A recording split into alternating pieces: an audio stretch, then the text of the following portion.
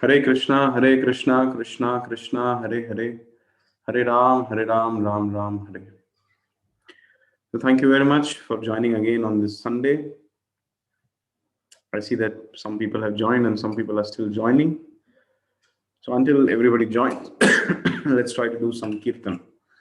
If you can hear me clearly, can you please raise your hands? Is the voice properly audible? Or do I need to change some settings here? Okay, thank you.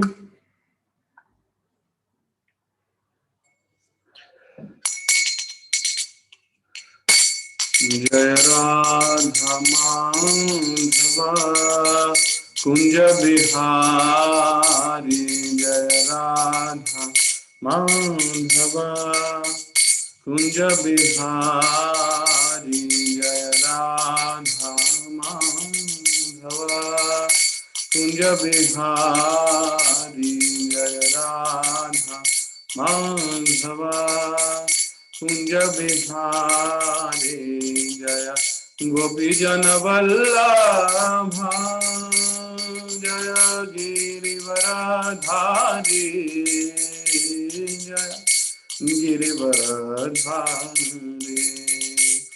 Jaya Gopi Jana Vallabha, Jaya Girivaradhari, Jaya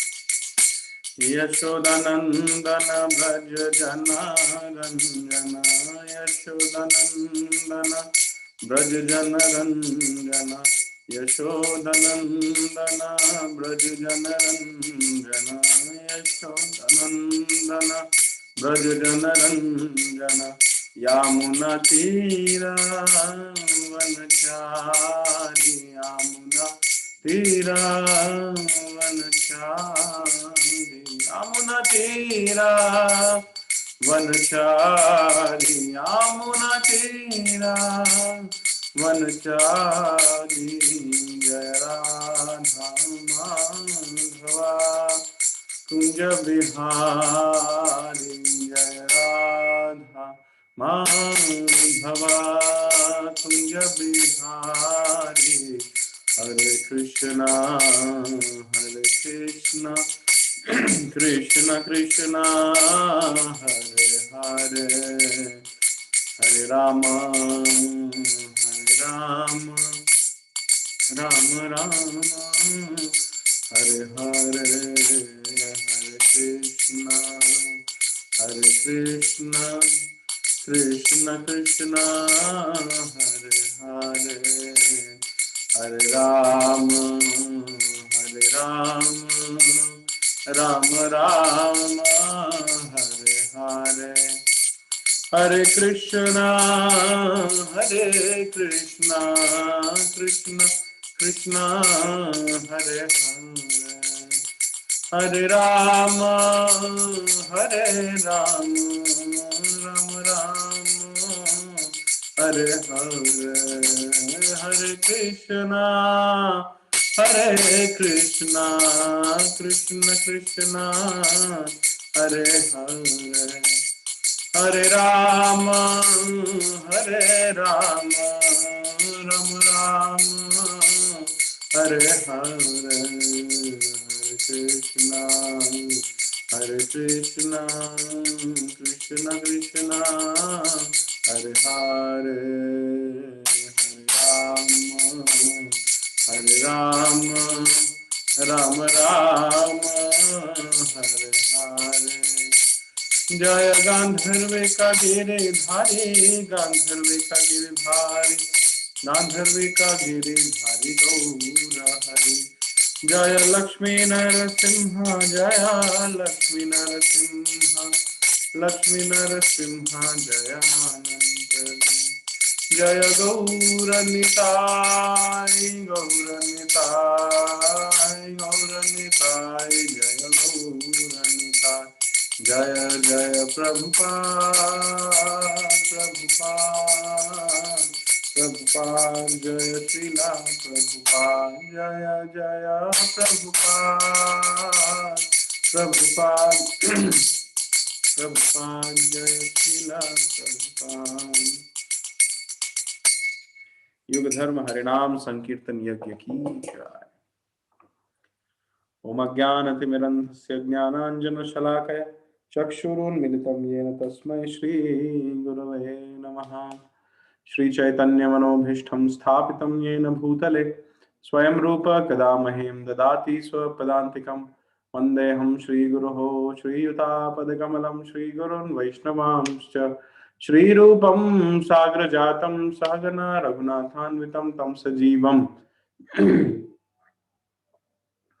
साद्वैतं सावधूतं परिजना सहितं कृष्ण चैतन्य देवं श्री राधा कृष्ण पादां सहगना ललिता श्री विशाखान्वितांश्च हे कृष्ण करुणा सिंधु दीनबंधु जगतपते गोपेश गोपिका कांत राधा कांत नमोस्तुते तप्त कांचन गौरांगी राधे वृंदावनेश्वरी वृषभानुसुते देवी प्रणमामि हरिप्रिये वाञ्छाकल्पतरुभ्यश्च कृपा सिन्धुभ्य एव च पतितनां पावनेभ्यो वैष्णवेभ्यो नमो नमः। जय श्री कृष्ण चैतन्य प्रभु नित्यानंद श्री अद्वैत गदाधर श्रीवासादि गौर भक्तवृंद हरे कृष्णा कृष्ण कृष्णा हरे हरे हरे राम राम राम हरे हरे नमो विष्णुपादाय कृष्णपृष्ठाय भूतले श्रीमते भक्तिवेदांत स्वामिन् इति नामिने नमस्ते सारस्वत देवे गौरवाणी प्रचारिणे निर्विशेष शून्यवादी पाश्चात्य देश तारिणे मुखं करोति वाचालं पंगं लंघयते गिरिं यत्कृपा तमहं वन्दे श्री गुरुं दीनतारिणं परमानंद माधवं श्री चैतन्य ईश्वरं हरि ओम तत्सत।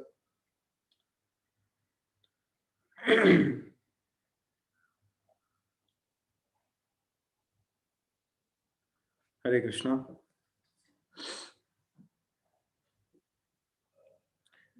Okay, let's start today's discussion. So, today's session is a very, very unique session. It's called as Divine and Demoniac. Let me just open my files.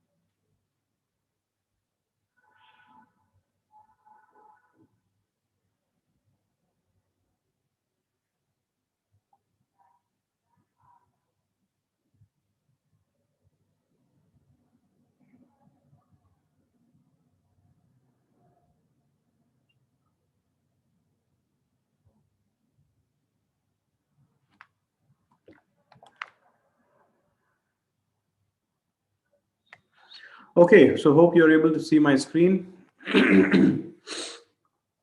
Today's agenda is quite very, very simple, although it's very, very complex to understand. Today we'll talk about the divine and demoniac qualities. Then we'll talk about the divine and demoniac persons. And most importantly, we are interested in developing divine qualities. I don't think that anybody would like to develop demoniac qualities as such. And I would like to dedicate this session to His Divine Grace, A.C. Bhaktivedanta Swami Srila Prabhupada, who is my spiritual grandfather. He has kindly given me my spiritual master, my spiritual father. I pray to the lotus feet of my Guru Maharaj and Srila Prabhupada that they may kindly bestow upon me their mercy so that I may speak completely in line with the Guru Parampara. And I also pray for all of you to them so that they may shower their causeless mercy upon all of you, so that you, after participating in this Hari Katha and Hari Kirtan, may become surcharged and practice pure devotional service at the lotus feet of Sri Sri Radha Madhav. May this session, I pray that may this session give pleasure to Sri Guru and Sri Gauranga. Hare Krishna. So divine and demoniac qualities. So in the last session, we were discussing about activities which take us higher and lower. If you remember, there was the tree which we were discussing. So divine qualities, they basically elevate us, and demoniac qualities, they degrade us.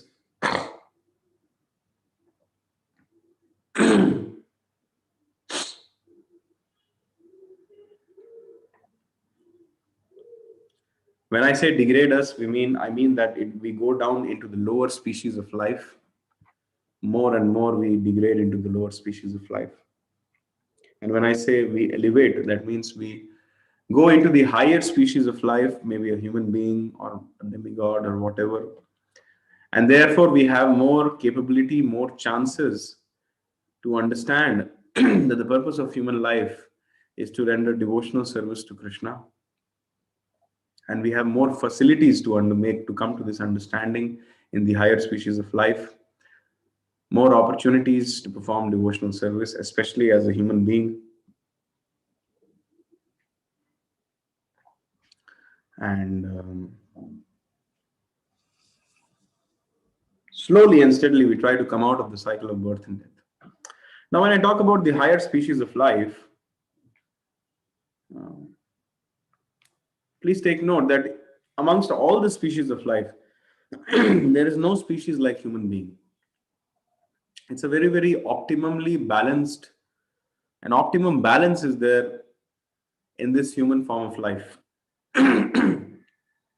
When somebody goes into the lower species of life, it is impossible for them to understand what is Krishna consciousness. When somebody goes into the demigod species of life, there the sense gratification or the facility for sense gratification is so much, and the conditioning of the super excellent quality of mode of goodness is so much that they don't feel the need to practice bhakti, because everything is going on nicely in life there. Just like if there is a person who has no problems in life, there is a very big chance that they will never practice bhakti. Artho, Arthartho, Jigyasu, and Jnani. These are the four categories of people who approach Krishna. Artho means those who want relief from their distress. Jigyasu means those who are inquisitive. They just want to know. Artharthi means those who want money, wealth, some kind of wealth. Not just money, any kind of wealth. Jnani, those who really want to understand who is Krishna, or those who have the Brahma Jigyasa in them. So these kind of people, four kinds of people, they approach Krishna. So in the higher planetary systems, everything is so serene and so much conditioned in the super excellent quality of goodness, and there is so much facility for sense gratification. They're not generating any karmas also, because they are just there to expend their karma or the punya karma. So in that way, it is seen that the demigods, it is very, very difficult for them to practice Krishna consciousness. The demigods, they are hankering to become human beings, because they find that in the human species of life, there is a very good balance of happiness and distress. They are not too happy also like the demigods, and they are not too distressed like the residents of the lower planetary systems, Atala, Vitala, Sutala, Atala, Patala, Rasatala. So there are the six lower planetary systems. So they are so much in distress, the residents of these planetary systems, so much in distress that out of so much distress, they cannot practice bhakti. And in the upper planetary systems, there is so much bewildering, false sense of happiness, you can say. Lifestyle is 10,000 times better than that of earthly planetary system, that they don't need to think of bhakti like that. They feel like that. The Bhagavatam says that the only distress in the life of the people of the people of the higher planetary systems is that once in Once in five, 6 yugas, some demon will go there and attack the heavenly planetary systems. And then at that time, they have some distress. Otherwise, for yugas and yugas together, there is, you know, strictly speaking, materially speaking, no problem. In the Brahma Loka, it is said that the only sadness which is there is that sometimes the residents of Brahma Loka feel sad that how these people in the lower planetary systems, for them everything is lower planetary system, because Brahma Loka is the highest planetary system in the material world. Higher than Brahma Loka is, of course, Vaikuntha and others. But Brahma Loka is the topmost planet in the material world. So for them, every planet is lower planet. So they sometimes, when they look upon the lower planetary system people, they feel very bad that how these people, they are simply wasting their life in various species of life, like that they think. So it is very difficult for them. So even devotees like Brahma, they desire to take a human form of life, because in human form of life, it is quite simple to perfect the life and attain the highest goal of life. Sometimes people do not understand the value of human life, and they bewilder themselves, they cheat themselves with a desire that they should go to the heavenly planetary systems. If somebody is chanting Hare Krishna and continuing to have material desires in their heart, then they will become demigods. And then after lakhs and lakhs of years of staying in the heavenly planetary systems, they'll again fall back to earth. Kshine punya martya loka vishanti. When the punya becomes kshina, then again you come back to martya loka. And then you again continue in the same way. So it's like basically time lost. So for a Vaishnava, for a devotee of Krishna, he prays that if I am not able to complete my Krishna consciousness, it is better for me to take birth as a dog in the house of a devotee rather than becoming a Brahma. A devotee hates the aspect of becoming a demigod or even Brahma, because he knows that even Brahma is getting bewildered, and even Brahma is making mistakes sometimes here and there. So,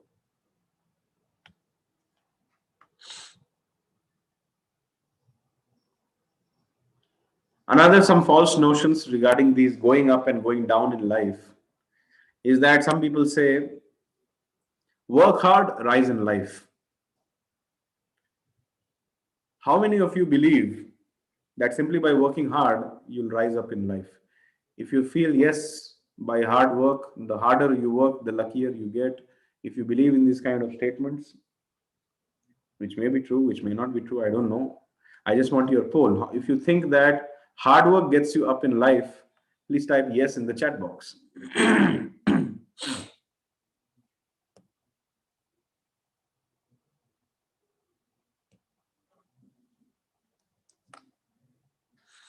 Okay. Unanimously, everybody is telling that no, no, no, no, no, not true. Okay, one person says yes. Ravi Ilpakurti says yes, hard work gets you up in life. Otherwise, Krishnamurti and Vidita Mataji, they are saying fortune favors the brave.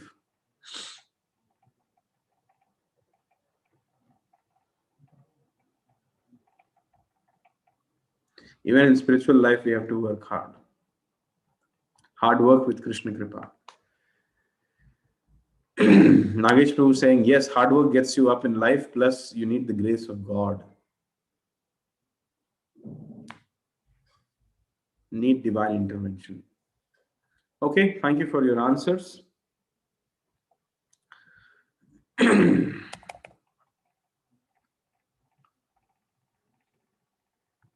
Okay.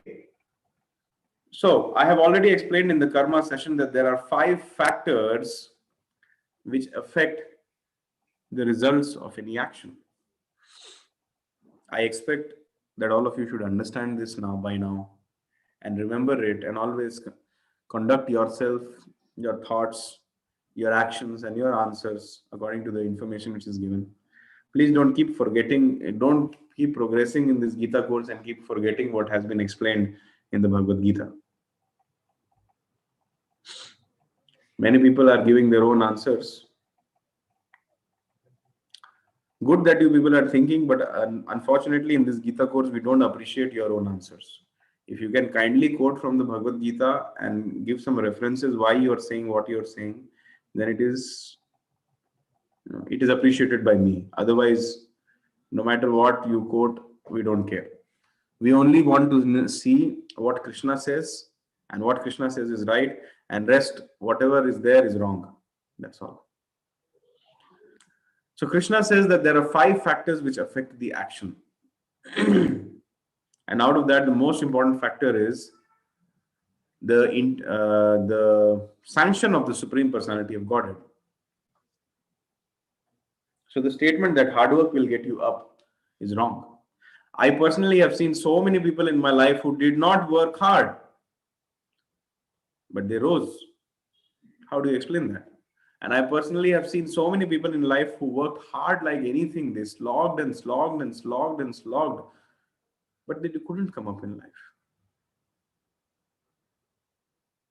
So how can someone be so sure that simply if they will work hard, they'll rise in life? Until unless they have the grace of the Lord. Just like money. Everybody likes money. Everybody wants money. It's not a hidden fact. But it is a fact that until and unless you have done some charity in your previous lifetimes, you cannot get any money in this lifetime. It's a fact. No matter how much hard you work. If you have not been charitably disposed in your previous lifetimes, no matter how intelligent you are, no matter how much brilliant you are, no matter how much resourceful you are, no matter how much skillful you are, no matter how much hardworking you are, you will not earn any money. And there are practically, we see so many such examples in our life. This whole craze of becoming an entrepreneur. We don't see any idiots trying to become entrepreneurs. They are all hardworking people. But why do 99% of these entrepreneurship fail? The success ratio is 1%. Why? Do you think the people who are trying to become entrepreneurs, they are not good, they are not intelligent, they are not resourceful, they are not skillful, they are not educated? They have all qualifications, but they do not have the sanction of Krishna. That's all. Or strictly speaking, they were not charitably disposed in their previous lifetimes, or maybe in this lifetime, whatever. Mostly from previous lifetime. So hard work does not get one up. Of course, one has to do their prescribed duty. Some of you have said yes. We can't escape the prescribed duties. So prescribed duties cannot be called as hard work. If my prescribed duty is to work sincerely without any deviation for 8 hours a day, I can't say that I'm working very hard 8 hours a day. That's my prescribed duty. And duty is duty. You can't expect any credit out of doing your duty.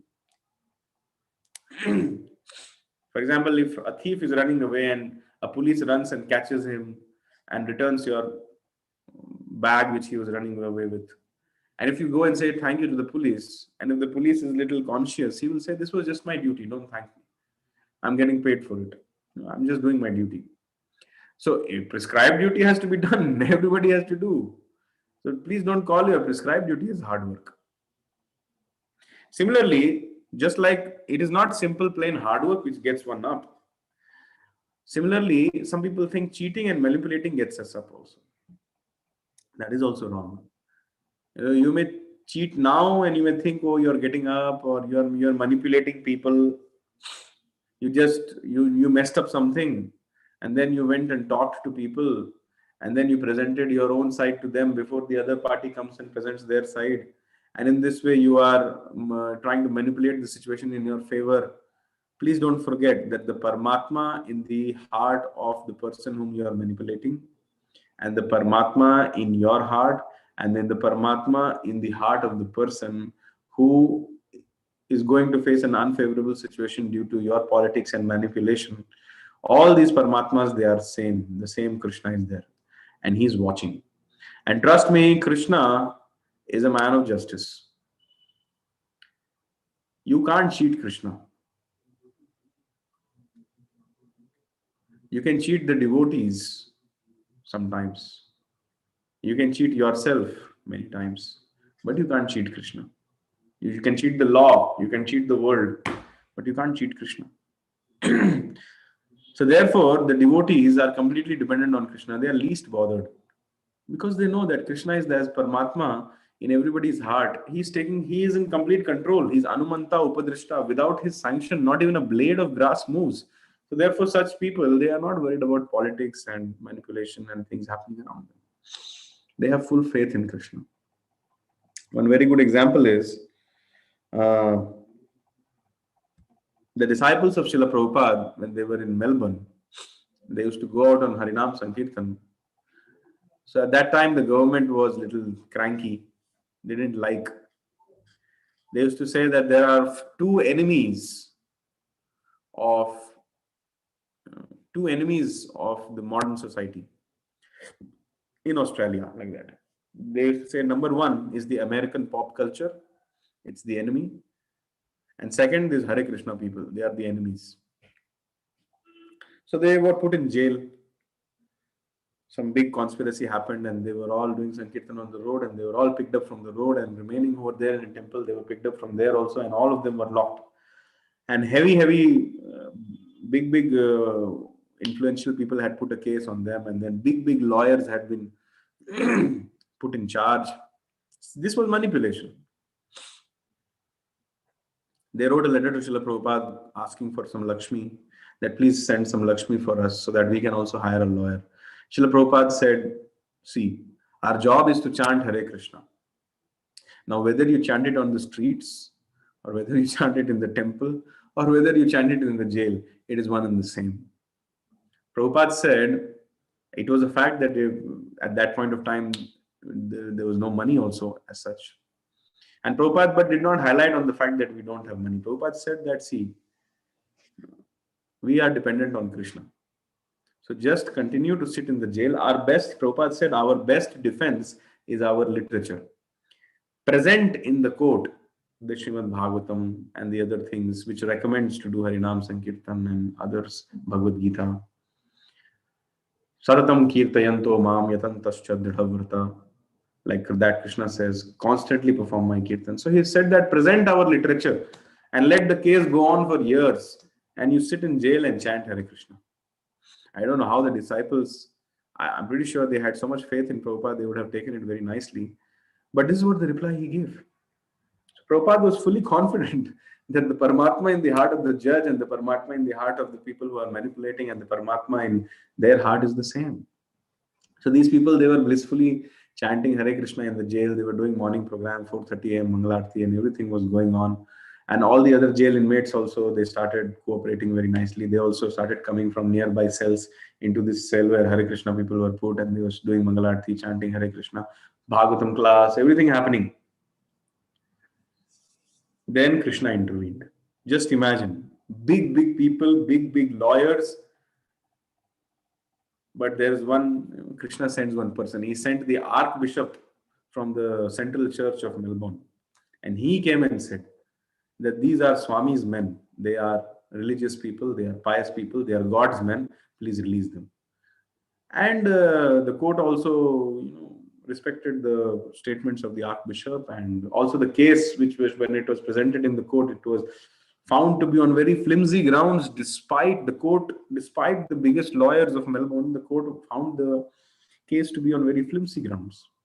And in no time, within 2 months or less than 2 months, they were all out of the jail, and then now they had free license to do Harinam Sankirtan. So it was Krishna's plan that some demons are disturbing you, let me do something so that they will never be able to disturb you. Now they started jumping, dancing, distributing prasadam, and everything started happening in Melbourne. So, dharmo rakshati rakshitaha. The personification of the dharma, all dharma, Sanatan dharma, dharmam tu sakshat bhagavad pranitam. Whatever Krishna has told, that is dharma. And if you try to protect the dharma, then dharma will in return protect you back. If you stick to your Sanatan dharma, then Sanatan dharma will protect you back. This is the understanding. So it is not that hard work only will get you up. It is not that by manipulation and politics you can make your way up. If you are sincere, then the Supreme Master inside your heart will give you all directions, what to do, how to do. And then if you follow the path of dharma, dharma will protect you. That's what I have to say. Balaji Mohan Prabhu is saying rising in life is misleading. If we rise in materialistic things, that is not real rising. Good. That is the understanding which we should have. What is the definition of rising? Going to higher planetary system is rising? No, that is simply cheating. So now let's hear the divine qualities first. Today's session, I will focus more on demoniac qualities, okay? But still, I'll just mention the divine qualities. Shri Bhagavan Uvacha Abhayam Sattva Samshuddhe Jnanam Yoga Vyavasthitihi Danam Damascha Yagyascha Swadhyayastapa Arjavam Ahimsa Satyamakarodhas Tyagah Shantirapeshunam Daya Bhuteshwalo Luptvam Mardavam Hrir Achapalam Tejah Kshamah Dhriti Shaucham Adroho Nati Manita Bhavanti Sampadam Daivim Abhijatasya Bharata. So many people do not understand what is divine.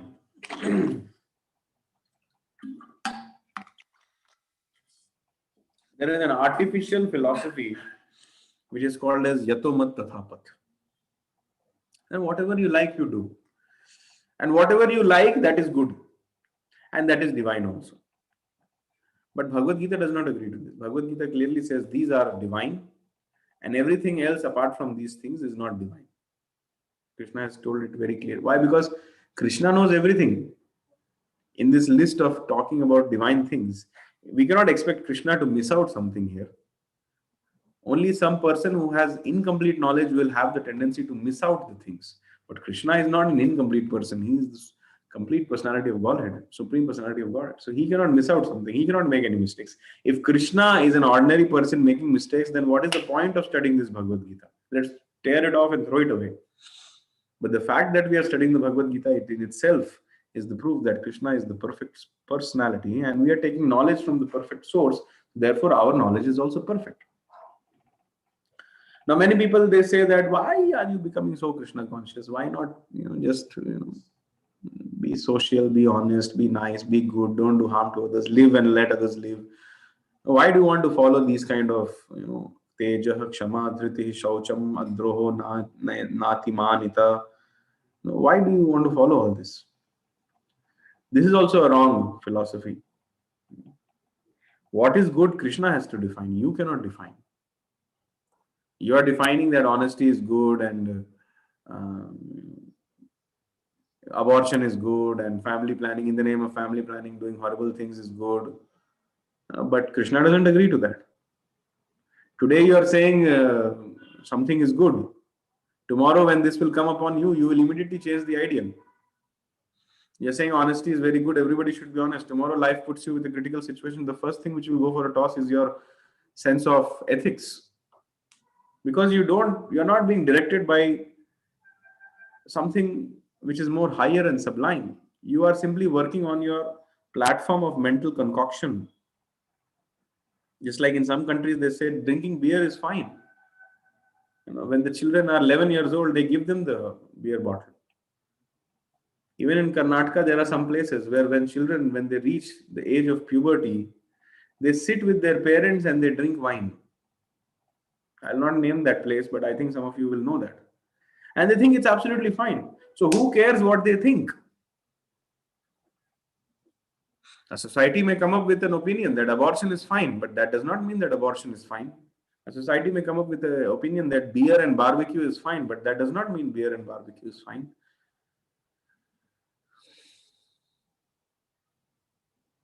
There is a very nice verse. Yasyasti bhaktir bhagavati akinchana sarvair gunais tatra samasate suraha. Those who are devotees of Hari, only they have all these divine qualities, and only they, by reference to the various scriptures, can also exhibit and tell and teach what is divine. Harava bhaktasya kuto mahatguna manorathe nasati dhavato bhahi. Those who are not devotees of Hari, they have no right to speak what is divine, because they are on a mental platform. Either you can serve Krishna or you can serve Maya. So those who are not serving Krishna, they are demons. They are demoniac. There are only two categories of people in this world. divine and demoniac, Deva and Asura. All devotees of Lord Krishna are Deva. And all devotees of other demigods, be it Indra, Chandra, Varuna, Shiva, Kali, Durga, Ganesha, whatever, or even the devotees of various politicians or various kinds of people, atheists, they are all demons. Now, some people they get very much agitated. How can you say this? But this is what the scripture says. Harav abhaktasya kuto mahadguna. There cannot be any good quality in a person who is not a devotee of Hari. Why? Because mano rathe nasati dhavato bhahi. They are simply on the mental concocted platform. And the Bhagavad Gita clearly says, Devi hi esha gunamayi mama maya duratyaya mame vaye prapadyante maya metam darantite. O Arjuna, this divine energy of mine, which comprises this divine illusory energy of mind, which comprises the three modes of material nature, is extremely difficult to overcome. But those who surrender only to me, they can easily cross beyond it.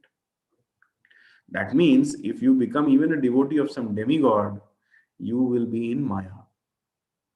You will be under the influence of the modes of material nature. However, if you become a devotee of Krishna, Maya metam tarantite. Now let's see what are the divine qualities. The Supreme Personality of Godhead said, fearlessness, purification of one's existence, cultivation of spiritual knowledge, charity, self-control, performance of sacrifice, study of Vedas, austerity, simplicity, non-violence, truthfulness, freedom from anger, renunciation, tranquility, aversion to fault-finding, compassion for all living entities, freedom from covetousness, gentleness, modesty, determination, vigor, forgiveness, fortitude, cleanliness, and freedom from envy are freedom from envy and from passion and honor. These are transcendental qualities, O son of Bharata. These transcendental qualities, O son of Bharata, belong to the godly men endowed with divine nature. I think when I was counting, I found 25 qualities. So these 25 qualities are divine. Now, someone may say it is not necessary to be very clean. Just clean your heart and remain dirty outside. No, you have to be externally as well as internally clean. That is divine. Now, each of these topics is a separate chapter, is a separate class. We can speak on what it means by cultivation of spiritual knowledge. We can speak what it means by self-control, what it means to do sacrifice, how to study the Vedas. Vedescha sarvair ahameva vedyo. The purpose of all studying all Vedas is to know Krishna. Like this, each section can be elaborated, but I have taken few topics which I will discuss today. I will focus on only few divine qualities, and those qualities are study of Vedas, performance of sacrifice, truthfulness, freedom from anger, aversion to fault finding, forgiveness, and cleanliness. So these 7 topics I will try to focus. I have chosen a few because I feel that these are very, very of a lot of relevance to us, and I've also chosen few topics in the interest of time. So for more details, devotees can go and read the 16th chapter of Bhagavad Gita. Srila Prabhupada has given 1 or 2 paragraphs on each of these qualities, and he's trying to explain in full detail. Okay, before I start the divine qualities, that is study of Vedas, are there any questions or comments? If there are, then it is welcome.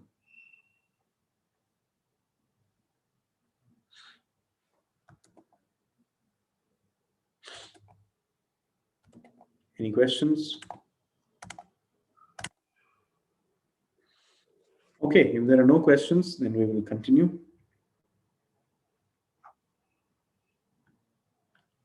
Study of Vedas. It's important to study and understand the user manual before we try out.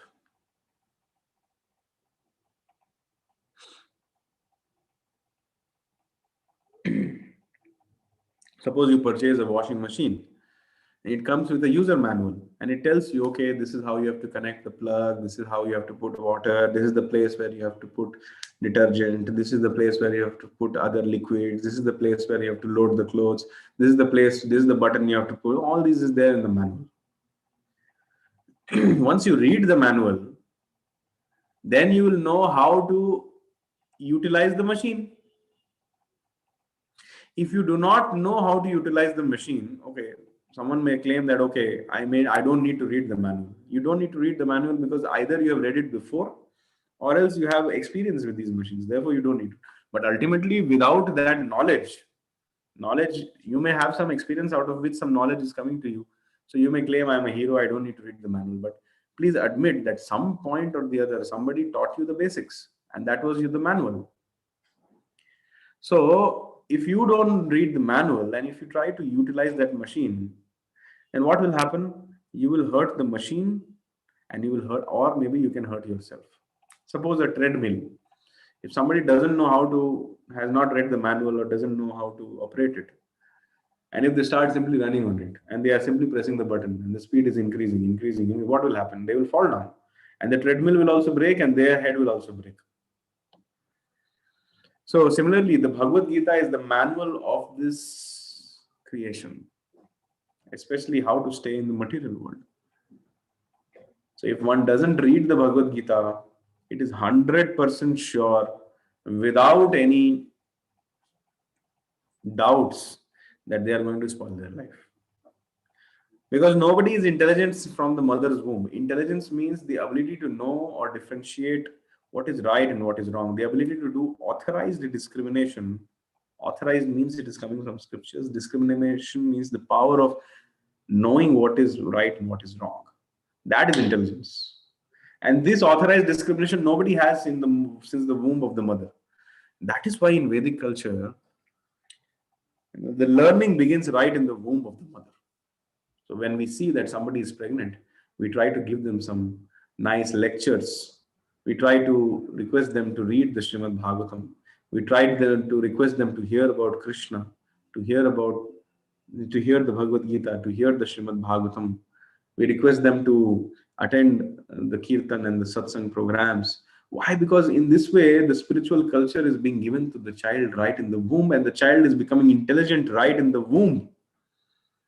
And therefore, when such children, even when they come out, they are completely different people. The third canto of Srimad Bhagavatam talks about the miseries which the child is going when the child is in the womb of the mother. In full detail, it has been described. And when you read it, you'll come to know that it is supernatural information. No medicine, no science, no doctor can give you these informations. And when a mother reads such information, she understands that what the child is going through. And so therefore she feels the responsibility of giving the child a spiritual culture. Just like in this material world, no matter what we do, we'll always be frustrated, we'll always be sad. But only when we come to Krishna consciousness, we transcend the modes of material nature in such a way that even if miseries come, we don't suffer. So similarly, the child in the womb is going through so much miseries. Every moment, the tender skin of the child is being bitten by insects and burnt by acids and fumes and bitter things and horrible things, and I cannot even graphically explain what the child is going through. And when it is in too much pain, the child, out of extreme agony, kicks. And when the child kicks out of extreme agony, the mother and the father, they become so happy. Wow, my child is kicking. I'm speaking something from outside and the child is responding. Please understand that your child is about to die in the womb because you have eaten all such horrible things and by consciousness which you have. Moment after moment, the child, due to the terrible pain, comes to consciousness and then again becomes unconscious, comes to consciousness and again becomes unconscious. In the 7th month of the consciousness is fully gained. And at that time, if the child is fortunate enough, it remembers its past 100 births. How in each birth, it made a false promise that it will do bhakti, but the child didn't do bhakti.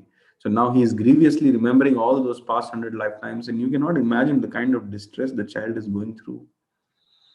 And this distress can only be relieved when he hears the name of Krishna, the forms of Krishna, the qualities of Krishna, and the pastimes of Krishna. There is no other way. Just imagine the torture which the mothers make their children in their womb go through. So much torture they make their children in their wombs to go through by not giving them Krishna Katha and by giving them some movies and some hill stations and things like that. The child piteously prays that please take me out of this situation.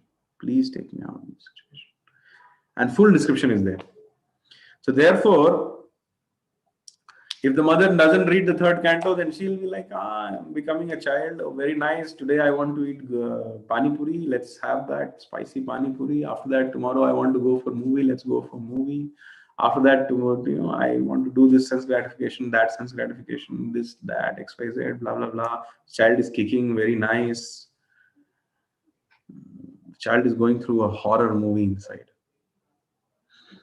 But see, the laws of nature, they work so mysteriously that the moment the child is born, the illusionary energy of the Lord catches the child, and then the child starts thinking, this is my mother, this is my father, this body is me.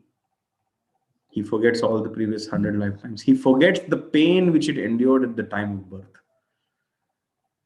And then it starts growing up, fondled in the laps of the father and mother, seeing the smiling faces of father and mother. The child starts thinking that this world is a very nice place to live. And then the child goes out and starts playing. And then the parents give them some books and they read it again and again and again and again. Why? So that they can grow up and earn and earn and earn and earn. Why? So that they can gratify and gratify and gratify and gratify their senses, only to ultimately think, what have I achieved in life?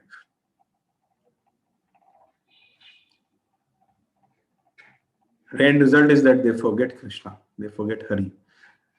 So when we study the Vedas, these Vedas, they remind us that never forget Krishna, always remember Krishna. So it is important to study and understand the user manual before we try out. Point number 1. Point number 2, basics of spiritual knowledge.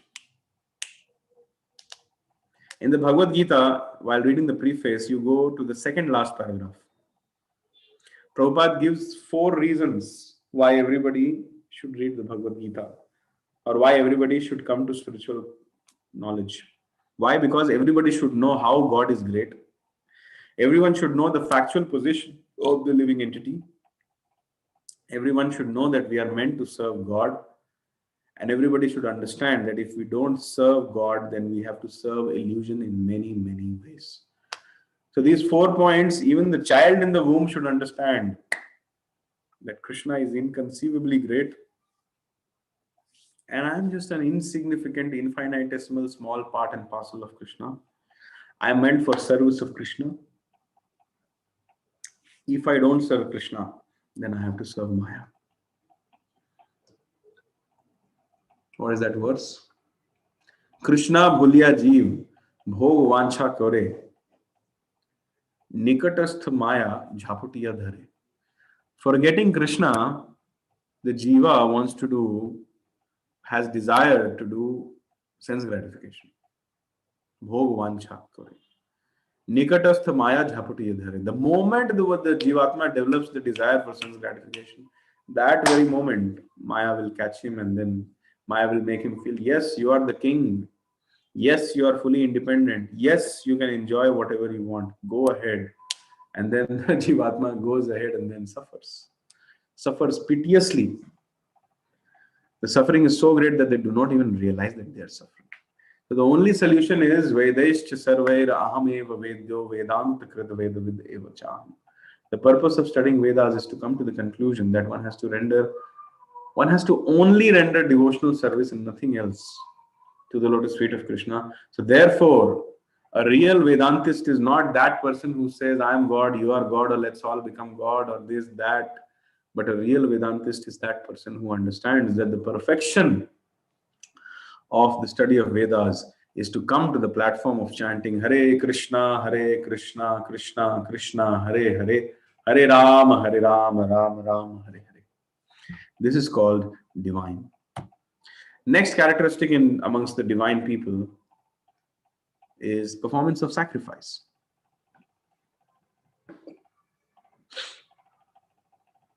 I'm becoming ecstatic. I'm really feeling happy to see this picture of Lord Chaitanya chanting with the tigers and the elephants.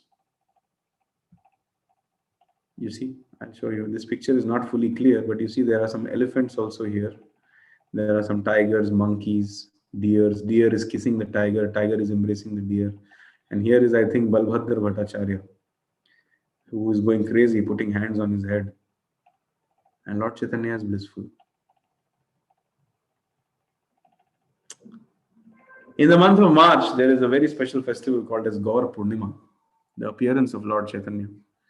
And in the month of February, 25th of February is Nityananda Trayodashi, the appearance day of Lord Nityananda. Till now, we have not yet got a formal chance to tell you about Lord Nityananda and Lord Chaitanya. So next session, there is no Gita course. We will have a session on Lord Nityananda. We'll try to understand the glories of Lord Nityananda. And maybe before the Nityananda Trayodashi, on 25th of February, which day it is? It's a Thursday. So maybe from Monday, Tuesday, Wednesday, till we come to Thursday, I will hold some sessions daily. Those who have time, they can join so that they can understand the glories of Lord Nityananda. But today I'll tell you this pastime of Lord Chaitanya, who is Krishna himself. Kritya dhyayato Vishnum Tretayam Yavijyato Makhe Dwapare Paricharyayam Kalau Tadhari Kirtanat.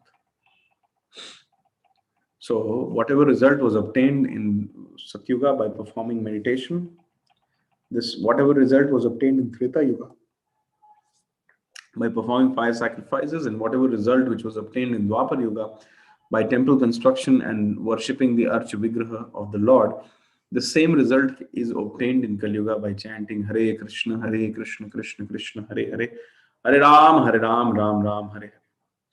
The Bhagavad Gita, chapter 4, shloka number 14 says, Annad bhavanti bhutani parjanyadanna sambhavaha yajnat bhavati parjanyo yajna karma samudbhavaha.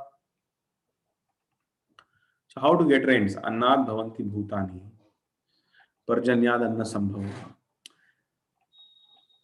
yajnat bhavanta parjanya. When somebody performs sacrifice, now definition of sacrifice in different yugas is different. When somebody performs sacrifice, then these universal administrators, they have been ordered that until they perform sacrifice, Krishna has ordered them, until they perform sacrifice, don't give them. Just like the people in various shops, they know that until someone gives Lakshmi, they cannot give anything to anyone. So similarly, the divine Lakshmi is sacrifices. In Kali Yuga, it is chanting of Hare Krishna. So when living entities around the planet or on the planet, they chant Hare Krishna, then these universal administrators become happy. These demigods, they become happy because they know that now we are free to give them. And then they start bestowing various things as representative agents of Krishna. So basically everything comes from sacrifice or yajna. Now someone may say, how is it possible? Simply by chanting Hare Krishna, rains will come. Just like simply by clicking a button on your mobile phone, electricity comes in your house. Similarly, or just like putting some ink on the check and sending it to someone, overnight that person gets a lot of money. So similarly, the process here is chant Hare Krishna, and then you'll see that rains will come. And from the rains, all these various things which we subsist upon, like fruits, grains, milk, sugar, and whatever else which is vegetables, which is needed for us to subsist, they will come. Software is not the source of our sustenance. When there is a lockdown or when there is a natural calamity, we cannot eat the software which we are struggling to make, especially in Bangalore and other metropolitan cities, people working for 14 hours a day. They are forgetting that what is the natural or the most basic necessity of life. They have artificially created so many necessities in their life. One of my friends was sharing, he was in Nepal when this earthquake had come. No, he was in Chennai when the floods had come.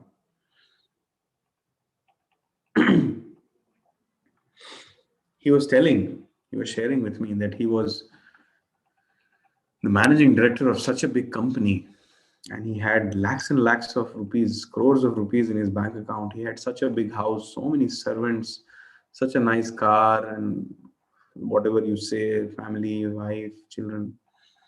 But at the time when the floods came, he was standing like a beggar on his terrace, simply dependent on the good nature of his, or on the simply trying to appeal to the good nature of his neighbors to give him a small pack of bread and biscuits. So he just had written down in an email that at that point of time I realized that we have created so many artificial necessities in life. The real necessity is Krishna consciousness. The real necessity is being merciful to each other. The real necessity is that we all as human beings try to help each other. And the real necessity is food, grains, milk. These things are real necessities. So similarly, when you chant Hare Krishna Mahamantra, all the necessities will be taken care. Otherwise, why is it mentioned in Srimad Bhagavatam that during the reign of Maharaj Yudhishthir, there used to be,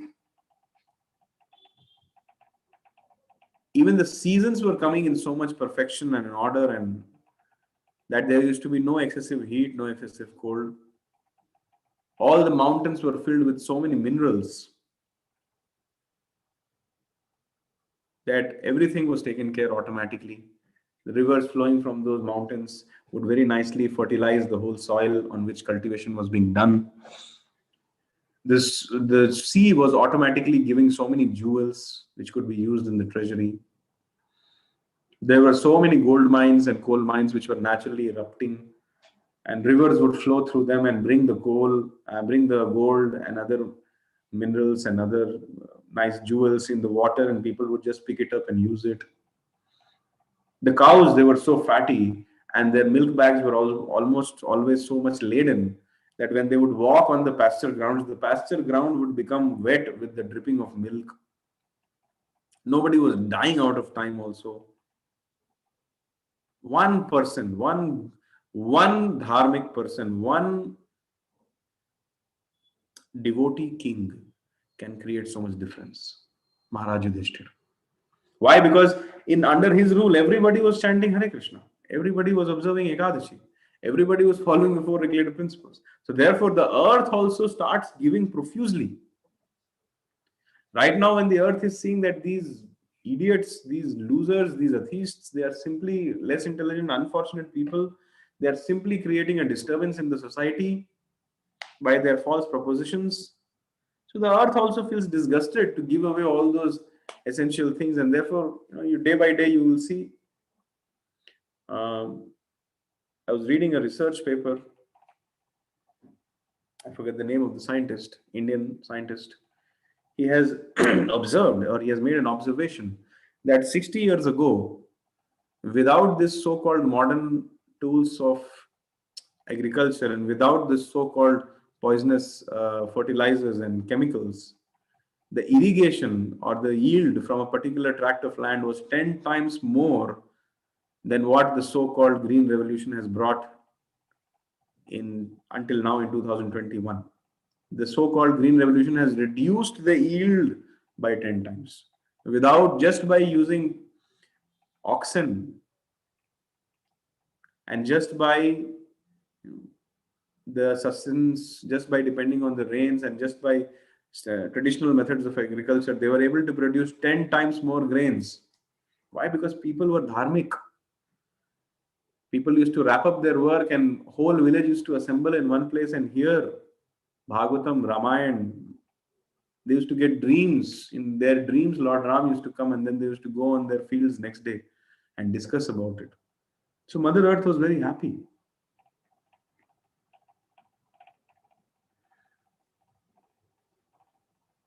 In my house, I think I was some 7, maybe 8 or 9 years old, and they were making some kind of a bridge on some kind of a tunnel. It was passing through the street. So they were making a bridge so that all the cars and everything would pass by.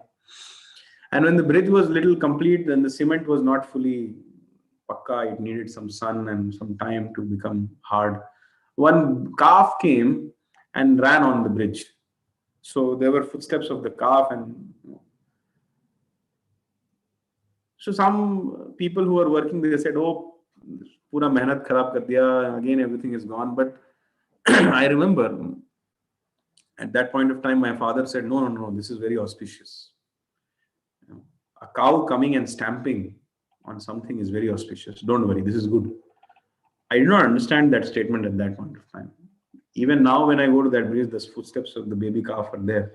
But recently, I was in a farm community and I was talking to various people, and they were telling that this grazing of grass is also a science. If there is 1 acre of land, and if you take 50 cows there and ask them to graze for some amount of time, and then you put them in another acre and let this acre remain for some time until the grass comes. So similarly, simply by the thumping of the feet of the cow and simply the dropping of the cow dung on that field, it creates supernatural things. And they are making a full scientific research out of it. How when the cow thumps, the water table becomes stable. How when the cow dung drops, there's a particular insect in that which makes a hole in the ground for half a feet, and that leads to aeration of the soil. They have come up with a big thesis. So when the cow comes and when the cow thumps the ground with its feet, it is something very, very auspicious and very, very scientific. That is why it is recommended in the scriptures that one should take the dust from the cow's feet and put it on their head. It is so potent that it drives away all kinds of impurities. These are not just myths that, oh, we are followers of Sanatana Dharma, we are idiots. We drink cow urine and we take the dust of the cow and put it on our head because we are useless. No. People have forgotten the actual realities of the laws of nature. They have become ignorant. And this Western education has made us slaves. So therefore, we disregard the traditional wisdom which was coming down. But all this is a science.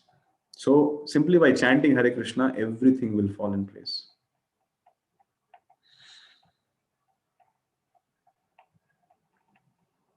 Now I'll tell you this pastime. I can explain more upon the rationale of performing sacrifice. Performing sacrifice is like getting the thing in the right way. Suppose you want money. You can't go to a bank and show a gun to the cashier and ask them to give you money. No. Sense gratification is like that. I want it, whether I'm qualified or not, I'll just take it. Then you have to suffer. However, if you want something, there is a prescribed method to get it in the Vedic scriptures. Do that method, perform that sacrifice.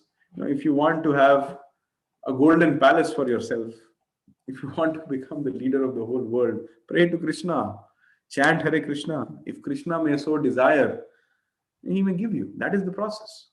Not like you take a gun and you shoot everybody and you become a king. Krishna has given us so many things. If we just someday sit and think, Krishna says in the 7th chapter, earth, water, fire, air, ether, mind, intelligence, ego are all my separated energies. I am made of all these things. What to speak about other things? Even everything which I see around is earth, water, fire, air, ether, mind, intelligence, and ego. That's all. What is this mobile phone? This mobile phone is a combination of earth, water, fire, air, and ether, and intelligence, which has brought in different compositions and created a mobile. So this is nothing but Panch Mahabhut combined with intelligence. This is energy of Krishna. It has to be used in the service of Krishna. If we really actually think how much Krishna has given us, it is very ungrateful not to perform the yajna, not to chant Hare Krishna, and simply use everything and not be grateful also. That's called being a thief. That's called being a great fool.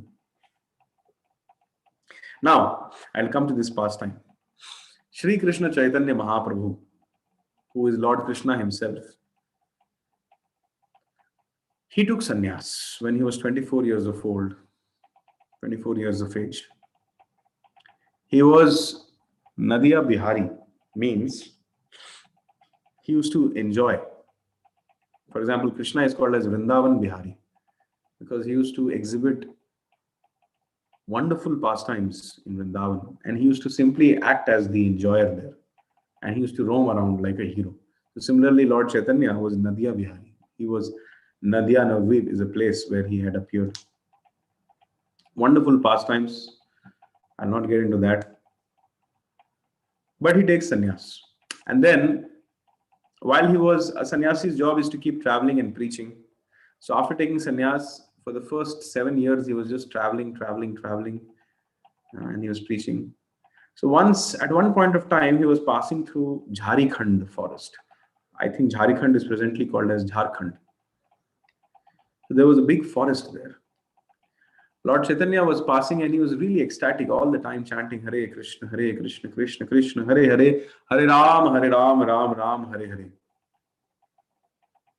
Krishna chanting his own names just to teach the people of Kali Yuga how to practice devotional service, how to apply the principles of Bhagavad Gita. So therefore we say Lord Chaitanya is the most munificent incarnation. Namo Mahavadanyaya Krishna Prema Pradayate. He is distributing love of God. Even Krishna did not distribute love of God when he came. He said, Ye yatha mam prapadyante tam stathaiva bhajamyam. So therefore we say that this is the most merciful form of Krishna. Krishna said, the degree to which you will surrender to me, I will reveal myself accordingly. Jitna doge, utna milega. But Lord Chaitanya didn't say this. Freely, whether someone was qualified or not qualified, simply if they were ready to chant the names of Krishna, simply if they were ready to bow down in front of Krishna, Lord Chaitanya was giving them love of God, which even the demigods like Brahma and Shiva are hankering for. That is Lord Chaitanya. So he was chanting, and he was chanting his Gayatri and in the afternoon, and then these wild elephants, they came and they stood in front of him. So Lord Chaitanya took some water and splashed on these elephants, and he asked them to chant Hare Krishna. And then all these elephants, they started standing on 2 feet and jumping and thumping the ground and chanting Hare Krishna. Elephants started speaking Hare Krishna. And then as he was going about, he saw a tiger which was sleeping. Lord Chaitanya slapped the tiger and asked the tiger to chant Hare Krishna. And the tiger also started chanting Hare Krishna. And when this tiger went and touched the other tigers also started chanting Hare Krishna. And then the deers came. The deers, when they saw Krishna, Lord Chaitanya just embraced them. And the deers also started chanting Hare Krishna. The monkeys also started chanting Hare Krishna. Have we ever seen in the history that a tiger and a deer are coexisting? We never see that. But in this pastime, as told by Balbhadra Bhattacharya, who was passing by, who was accompanying Lord Chaitanya, he was carrying Lord Chaitanya's clothes and water pot. He told that the tigers were embracing the deers and the deers were kissing the tigers. The elephants were dancing and singing. And whenever someone is in an ecstatic state of emotion, various activities happen. For example, if somebody is experiencing the love of God and he is very, very ecstatic, then one of the symptoms which happens is that the place which they are standing, that place also melts out of love, out of the spiritual vibration which is being felt within. So there is this place in Jharikhand. Now also it is there,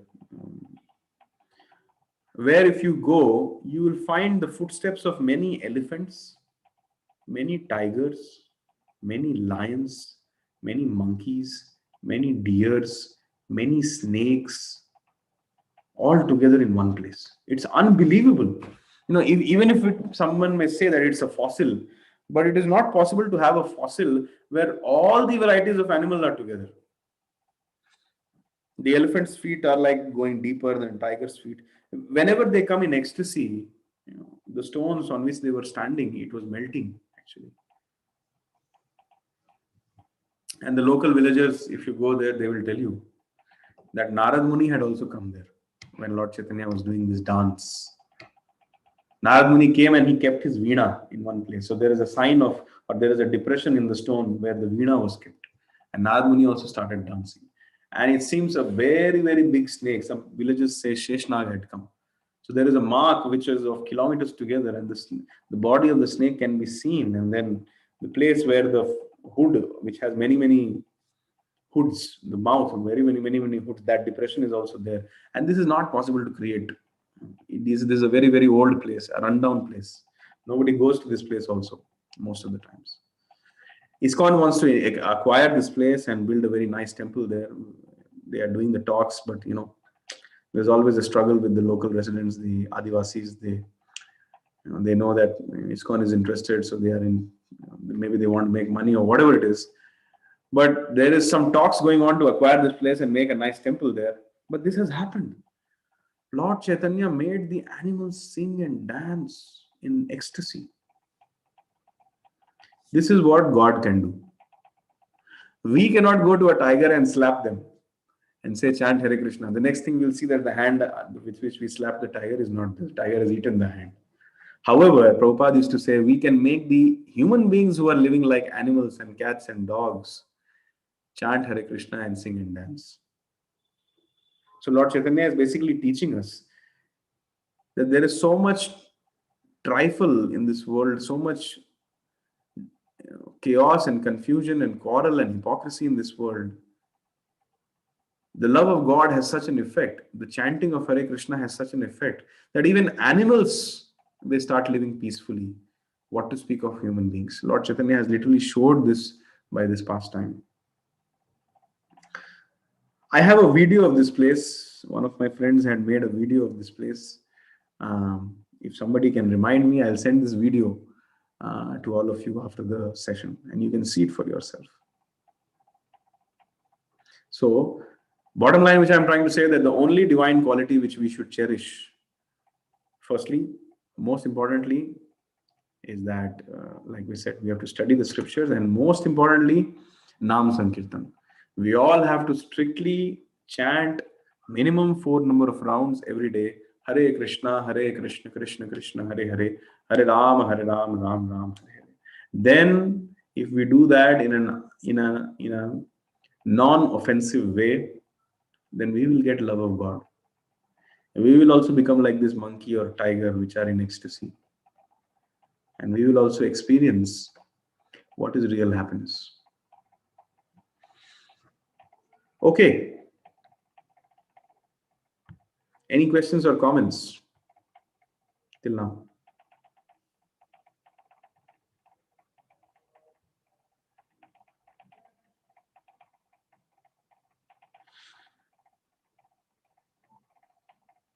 Any questions or comments? Okay, no questions. Next quality, a divine quality, which I want to discuss is truth or truthfulness.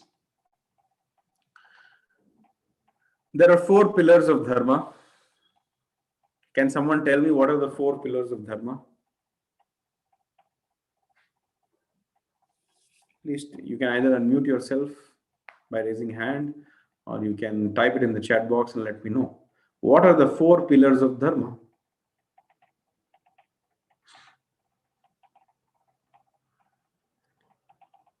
Okay, austerity. Mohan Prabhu is telling Satya, Daye, Tapo, Shaucha. He's quoting from the Bhagavad Gita verse 16.1 to 3 also. Dharma, Artha, Kam and Moksha. This is not the 4 pillars of dharma. Srija Singhal is saying austerity, cleanliness, truthfulness and kindness. Yes, these are the 4 pillars of dharma. So in every yuga, one pillar of dharma is breaking down. Thank you, I've got the answer. Cleanliness, kindness, austerity and truthfulness. This is also correct, yeah. So, in Satyuga, people were very, what can I say?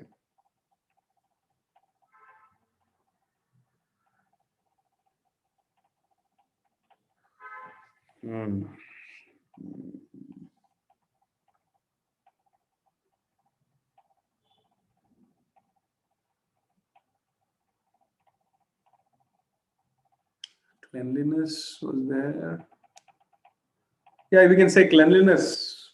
The pillar of cleanliness was broken in Satyuga. When Satyuga finished, um, I'm not very sure which pillar broke when, but for discussion purpose, let's assume that austerity broke. In Satyuga, people were used to do so much tapasya. So the pillar of austerity broke. In Treta Yuga, people were not able to do so much tapasya. And one of the major ways where how this tapasya breaks is consumption of liquor or intoxication breaks austerity. That means intoxication came in Treta Yuga. In Treta Yuga, one needs a lot of cleanliness of mind, body, intelligence to perform the yajnas. So after Treta Yuga, people were not able to perform the yajnas. So we can say that the pillar of cleanliness broke in Treta Yuga. That means illicit sex came in after Treta Yuga. Because cleanliness basically breaks because of illicit sexual activities.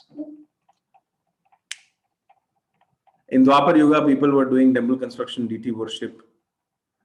So during that time, we know that meat eating came into picture. So the mercy aspect or the kindness pillar broke. And in Kali Yuga, the only one pillar which remains is truthfulness. Because still in Kali Yuga, if somebody makes a statement which is a lie, suppose you say something which is a lie and the public catches you, you are still liable to go in jail, you are still liable to be embarrassed. However, if in public you sit and eat chicken, nobody can put you in jail because that pillar of kindness has already been broken long back. If you are engaged in some illicit activity or a live-in kind of a relationship or boyfriend-girlfriend relationship, you can't be put into jail. That means because the cleanliness has also been broken. And if you do not wake up early in the morning, chant Hare Krishna during the Brahma Muhurta, if you don't take bath in the morning, we cannot put you in jail because the pillar of austerity is already broken long back. However, if you still don't speak the truth, you are liable to be punished. So therefore, in Kali Yuga, only one pillar is remaining, that is truth. However, people are very rapidly breaking this pillar also. They are trying to derive their own meanings from the scriptures. Bhagavad Gita is no longer as it is. Bhagavad Gita is as I want. There are so many fiction writers these days attracting the minds of the youth, writing books on Lord Shiva, Lord Ram and others, trilogy, this, that. They are coming up with all cooked up things. I think I've told this earlier. One of the authors is calling his books. They begin that Lord Ram is discussing with Bharat that today we'll go in the forest, we'll hunt a deer, and we'll eat the meat of that deer. And Bharat is shown as a big flirt, and he's telling that today I have a date with that girl. I cannot come to hunt with you. These kind of discussions are being told. Now imagine if the youth of this country reads about Ram and Bharat like this. What kind of morals and what kind of character development will they get? And parents are also least bothered. What is character? Character is not that which matters is how much money you earn. How much money you earn, where you get placed after finishing your university degree, that is important. Whether you are of good character or bad character, whether you drink or whether you don't drink, whether you have illicit connections or whether you don't have illicit connections, whether you eat or whether you don't eat abominable things, whether you gamble with your life or not, we don't care. As long as you are earning money, our collar is up in the society. So parents are also encouraging all these things. So therefore, the pillar of truth is very rapidly being broken. Only Bhagavad Gita as it is can save us. Regarding the truth cannot be spoken very harshly also. Satyam Bruvat, Priyam Bruvat. One has to speak the truth little palatably also. One cannot go on, I cannot go out. Of course, you people are students, you people have understood little concepts so we can speak little freely with you. But I cannot go out and simply start saying you are an idiot. No, you don't know the purpose of life. You are lost and forgotten. You are doomed. I cannot go and say like that. So this truth has to be said, but it has to be said little in a little acceptable way. Therefore, we say that preaching has to be done as according to the time, place, and circumstances. So we have to be truthful. And if it is difficult to be truthful, then better say it little palatably rather than saying a lie. I repeat, if it is difficult to be truthful, it's better to present it with maturity, little sweet coating, without hurting the person too much. But truth has to be spoken. That is divinity.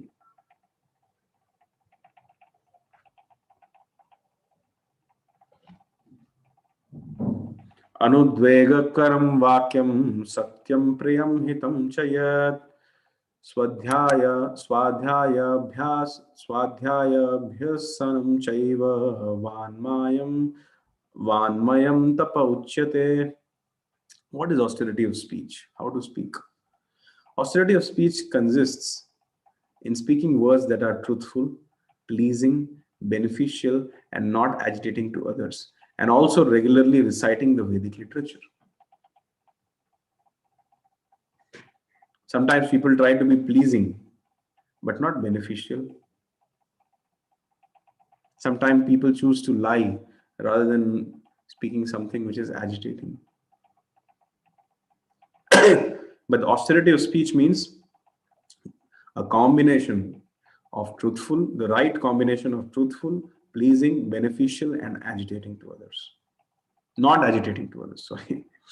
And also, one who is not regularly reciting, or one who is not able to regularly recite and quote the Bhagavad Gita, the Bhagavatam, the Chaitanya Charitamrita, they are not using their speech in an austere way. They are simply, Prabhupada says, they are croaking like a frog, and the snake of time is just waiting to hear. It is hearing their croaking, and it will come and it will just eat them up.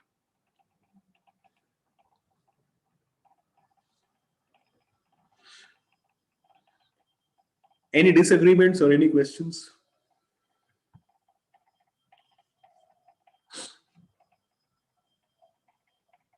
Okay, slowly and slowly, some people are just silently, they are signing out of the class, leaving the class. Class is not yet over. I don't know why people are going away. They'll not understand these points, then it's very difficult to explain these points again. Second, the next point is freedom from anger. Even if there is provocation, one should be tolerant. Anger pollutes the whole body. Anger is a product of lust and passion. Anger spoils relationships, peace of mind, and practically everything.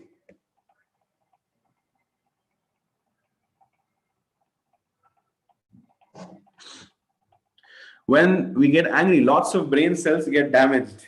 It is both physically and emotionally damaging. Okay, I have written down some statements.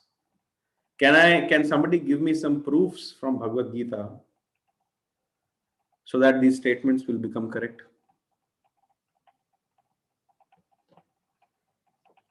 Which shlokas I can quote from Bhagavad Gita to prove that anger is a product of passion and lust? Anger destroys everything. Okay, please take this as homework. Okay, somebody is typing something. Let's see.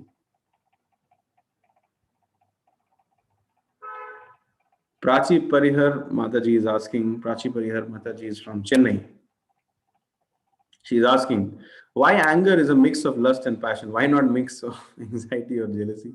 Or why not other emotions? Okay, let's give Mataji an answer. I'll stop sharing my screen and I will go and show her some verses.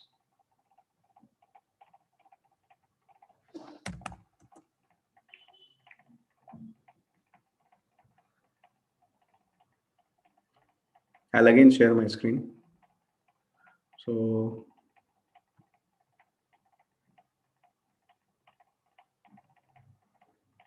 Deepmala Volani Mataji is telling something, but she's not sure. Okay, no problem. This is Bhagavad Gita, chapter 2. We'll go to shloka number 62.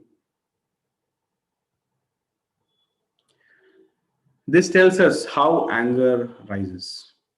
Dhyayato vishayan pumsah sangasteshu pajayate sangat sanjayate kamah kamat krodho vijayate. While contemplating the objects of the senses, a person develops attachment for them, and from such attachment lust develops, and from lust arises anger. Krishna is saying how anger comes. Primarily, we have to understand what is lust first. Lust doesn't mean or does not simply mean the attraction for the opposite gender. That is one kind of lust. Lust broadly means trying to enjoy something which is not rightfully mine. Therefore, trying to enjoy the property of God without the sanction of God or without understanding what is my quota and what is others' quota, this is lust. I can be lusty for someone's land, I can be lusty for someone's wife, I can be lusty for someone's property, or I can be lusty for, I can be, so many things I can be lusty about. So there is a sense object. Different senses have different objects on which they can meditate. So when contemplating on the objects of senses, a person develops attachment for them. When you think, when you continue thinking, and if you don't break that chain of thoughts, then you develop attachment for them. Now, when the moha, please take note, you will become angry about only those things to which you are attached. When somebody beats your child, you will become angry. When some other child is being beaten up, you may not bother. When somebody steals your money from your ATM, you'll become so much angry. But every day we read so many ATMs are being stolen, we don't become angry. So attachment is very important for anger. And Krishna says, by contemplating on the objects of the senses, which are in illusion, the problem with our senses is that they are in illusion. They have a tendency to make mistake. They are imperfect. And because they are imperfect, illusion, tendency to make mistakes, so the senses cheat also. So when we contemplate on the objects of senses, we develop attachment for them, and from such attachment develops lust. And this lust, whether satisfied or unsatisfied, gives rise to anger. And Prabhupada will very nicely explain in the purport. But we'll not read the purport now. We'll go to the next verse. The next verse is continuation of this. Krodhat bhavati sammoha, sammohat smriti vibhramaha, smriti bhramshad buddhinasho, buddhinashat pranashyati. From anger, complete delusion arises.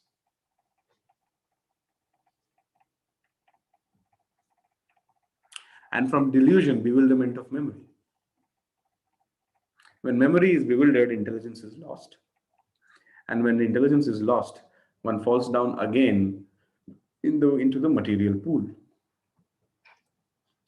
I will again ask the question to Prachi Mataji. Is it clear to her what is anger? This is the Bhagavad Gita says. Sometimes we have a wrong and incorrect understanding of anger also. But after reading these two verses, has your question got answered?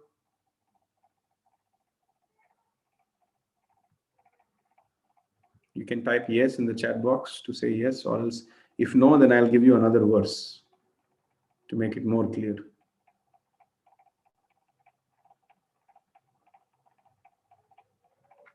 Now, still I'll give you another verse, 3.37.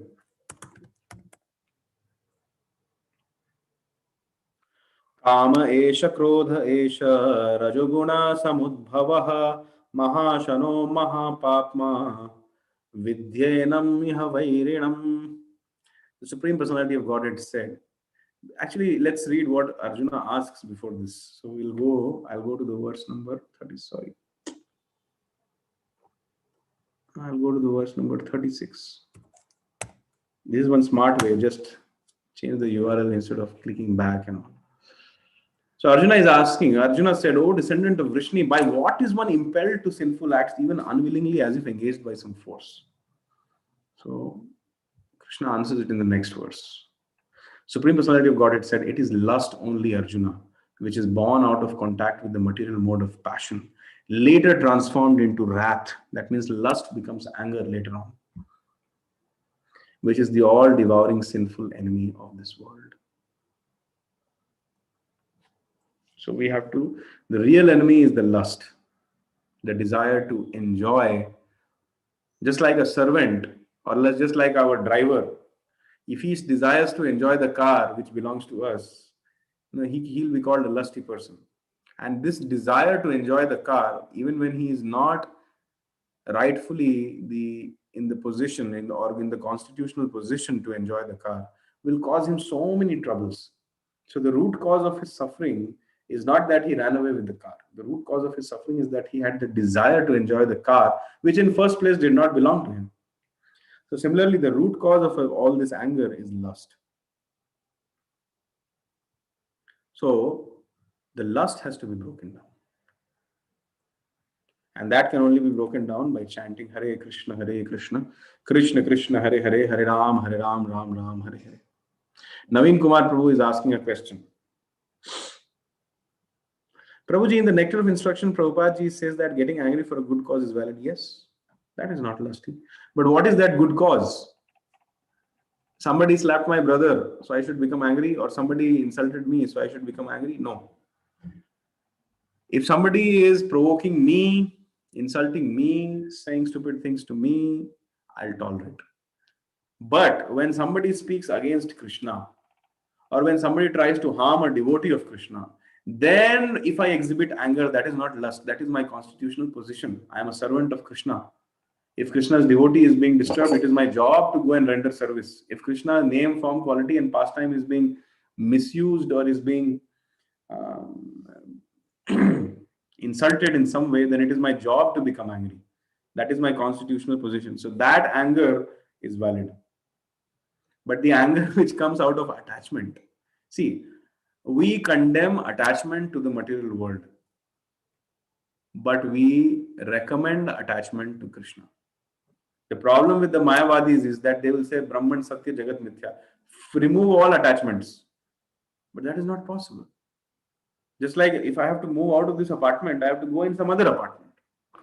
So similarly, if I will remove my attachment from the material things, I have to put it somewhere. Somewhere I should be attached. I can't be just thoughtless and void and zero. No, that's not possible. So we recommend that you get attached to Krishna as much as possible. And after being attached to Krishna, Chaitanya Mahaprabhu was so attached to Krishna that when he saw a mountain, he thought it is Govardhan and he ran towards that mountain. When he saw a sea, he thought it is Yamuna and he jumped into the sea. So these kind of attachments are very good. Go ahead with these kind of attachments. And out of these attachments, if sometimes some poets used to come to Lord Chaitanya knowing that he is Nimai Pandit of Nadia, the foremost scholar of the whole planet, they used to write few things, please see my poetry, please see my composition, please see my commentary. But it had so much rasabhas. They were confusing so many things and saying stupid things about Krishna and other things. So sometimes when Chaitanya Mahaprabhu used to hear this rasabhas, he used to become very angry. So therefore he told his secretaries, Swarup Damodar, they took the job of doing the filtering. Anybody who wanted to present something to Mahaprabhu, they had to first go through Swarup Damodar, who nicely understood the mind of Lord Chaitanya. Another person, confident, very close to Mahaprabhu, was Raya Ramanand. So these were the filters. So even Mahaprabhu used to be angry when Rasabhas used to happen, when people used to say Manav Seva is Madhav Seva. And Mahaprabhu also used to become angry. So that anger is good. But the anger which is born out of kama esha, krodha esha, rajoguna samudbhavaha, mahashano mahapapma, this anger is vidhi enam iha vairinam, the biggest enemy, all devouring sinful enemy of the whole world. Is it clear now, Naveen Prabhu and Prachi Mataji? If it is clear, then you have to, both of you should type yes in the chat box. Naveen Prabhu, are you there? Okay. I'll go back to, should I go back to the session now? See, all the answers are there in Bhagavad Gita. Problem is that we are not reading. We don't want to read. That's the problem. Now, how can this problem be solved? This problem has no solution. You have to read. Okay. Now, next great quality is aversion to fault finding.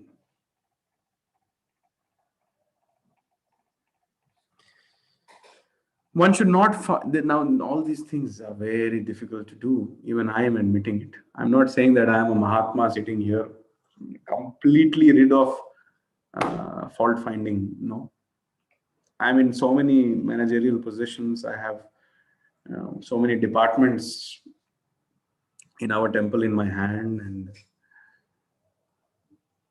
and even if I don't want, I have to do it sometimes, and it is contaminating. If somebody is making a mistake, I have to go and tell them. But it has to be done in the right spirit, not with an egoistic mood. And the only thing which will help us to get rid of the ego is to chant Hare Krishna, Krishna Krishna, Hare Hare, Hare Ram, Ram Ram, Hare Hare. Now, someone may say that Prabhuji ka koi bhi problem leke jao, Prabhuji bolenge jap karo. That is the fact. Whatever problem you have in life, the solution to it is to chant Hare Krishna. Whether you have a mental problem, or whether you have a health problem, or whether you have a family problem, or whether you have a marital problem, or whether you have a feudal problem, or whether you have a social problem, or whether you have a whatever problem you have in life, just chant Hare Krishna, and that is the solution. If you want to become successful in life, chant Hare Krishna. Anything you want to do in life, you just chant Hare Krishna. Okay, let's see what is fault finding. One should not find fault with others or correct them unnecessarily. Now, Prabhupada writes in the Purport, this I have taken from the Purport. Of course, to call a thief is not fault finding, but to call an honest person a thief is very much offensive for one who is making advancement in spiritual life.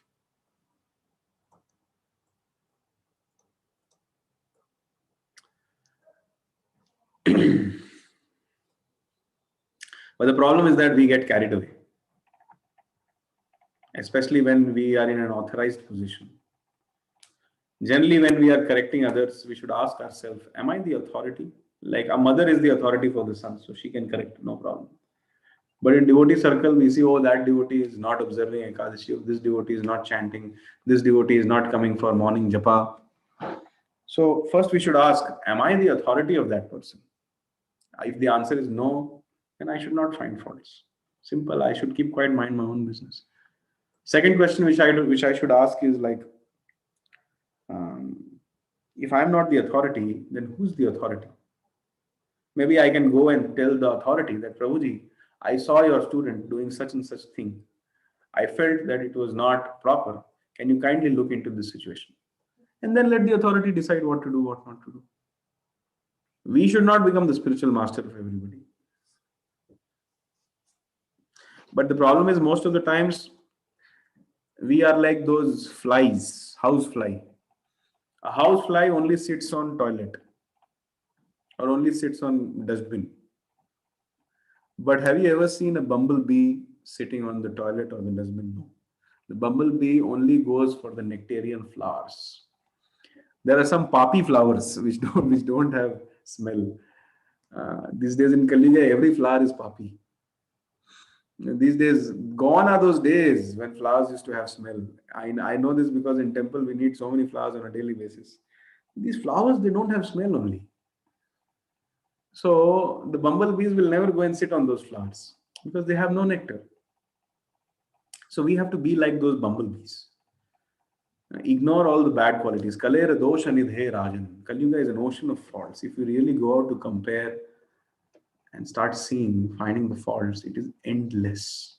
It's an ocean. Nobody can fathom the depths and the expanse of an ocean. Similarly, nobody can get, if their job is to find faults, they have a never-ending job. So it is better to stop that. We have to be like the bumblebees. A spiritual master has a very thankless job. A teacher has a very thankless job. He has to find faults. And his own students and disciples, they don't love him for finding faults. They hate him in many ways. But it is his job, what he has to do. He has to do his job. It's a thankless job. Nobody goes and thanks a teacher, thank you for failing me in the exam. It's a thankless job they have to do. But others should not become spiritual master or teacher. Others should try to be a bumblebee. Even if we are trying to have a discussion, instead of saying you are wrong, I'll find out how, I'll prove how, we should maybe, actually, we should try to start with like, okay, maybe he's right. Let me try to understand how. Our tendency is that we blow up the faults and we give very much importance to the good which is there in the person. However, acharyas like Srila Prabhupada, they ignored the so many bad qualities and they saw a small spark of goodness, a small spiritual spark. And Srila Prabhupada fanned that spark and then it became a great spiritual fire which ran across the entire globe. Anybody else other than Prabhupada, if he would have gone to the Western world and tried to preach, they would have said, oh, these people, they are useless because they have so many faults in them. But Prabhupada disregarded all the faults. He saw one good quality. Somehow they have come running to me when they have heard the name of Krishna. That's all. Bas. I'll make them perfect Vaishnavas. So therefore, slowly he appreciated some qualities. There was one disciple. He was given the task of making the first Jagannath deity.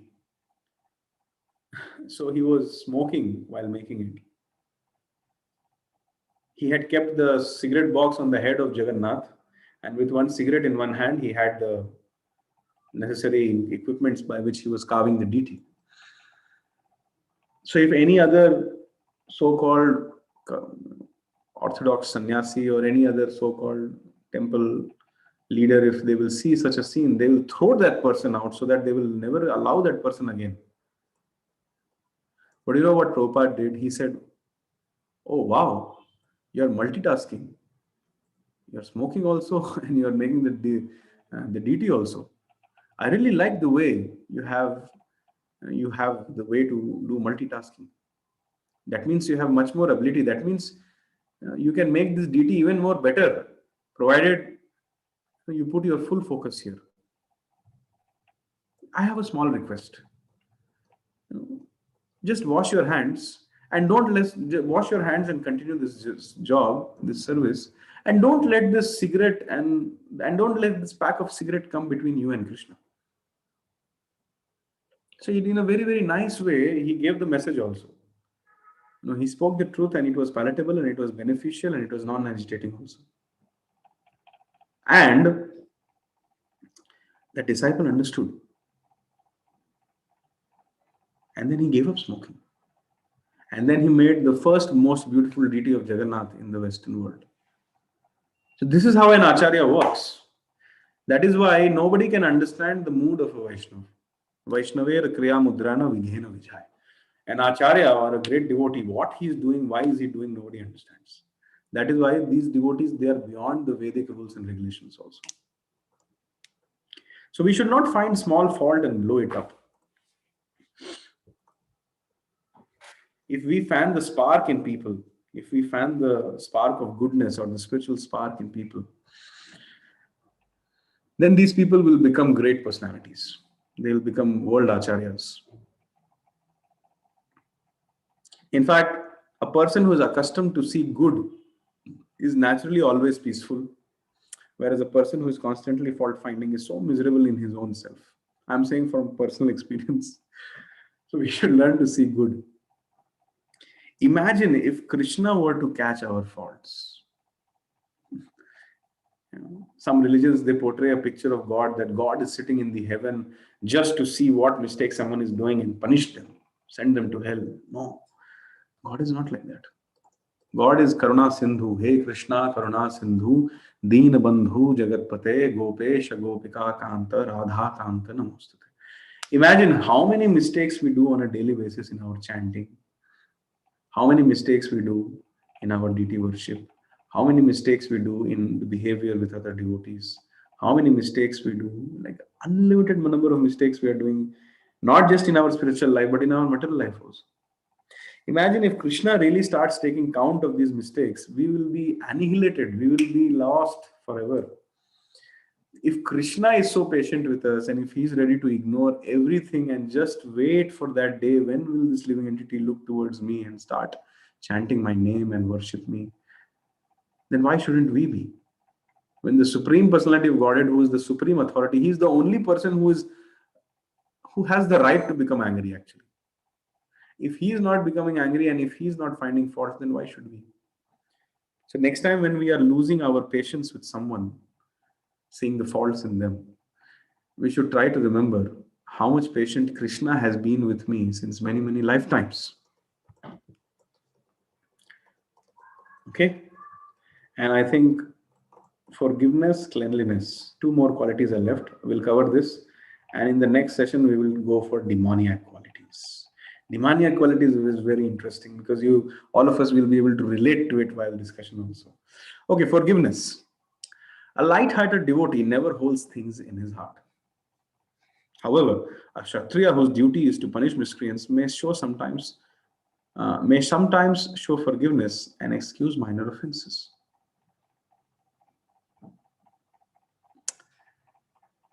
And there is a very, very nice saying which I learned in my school.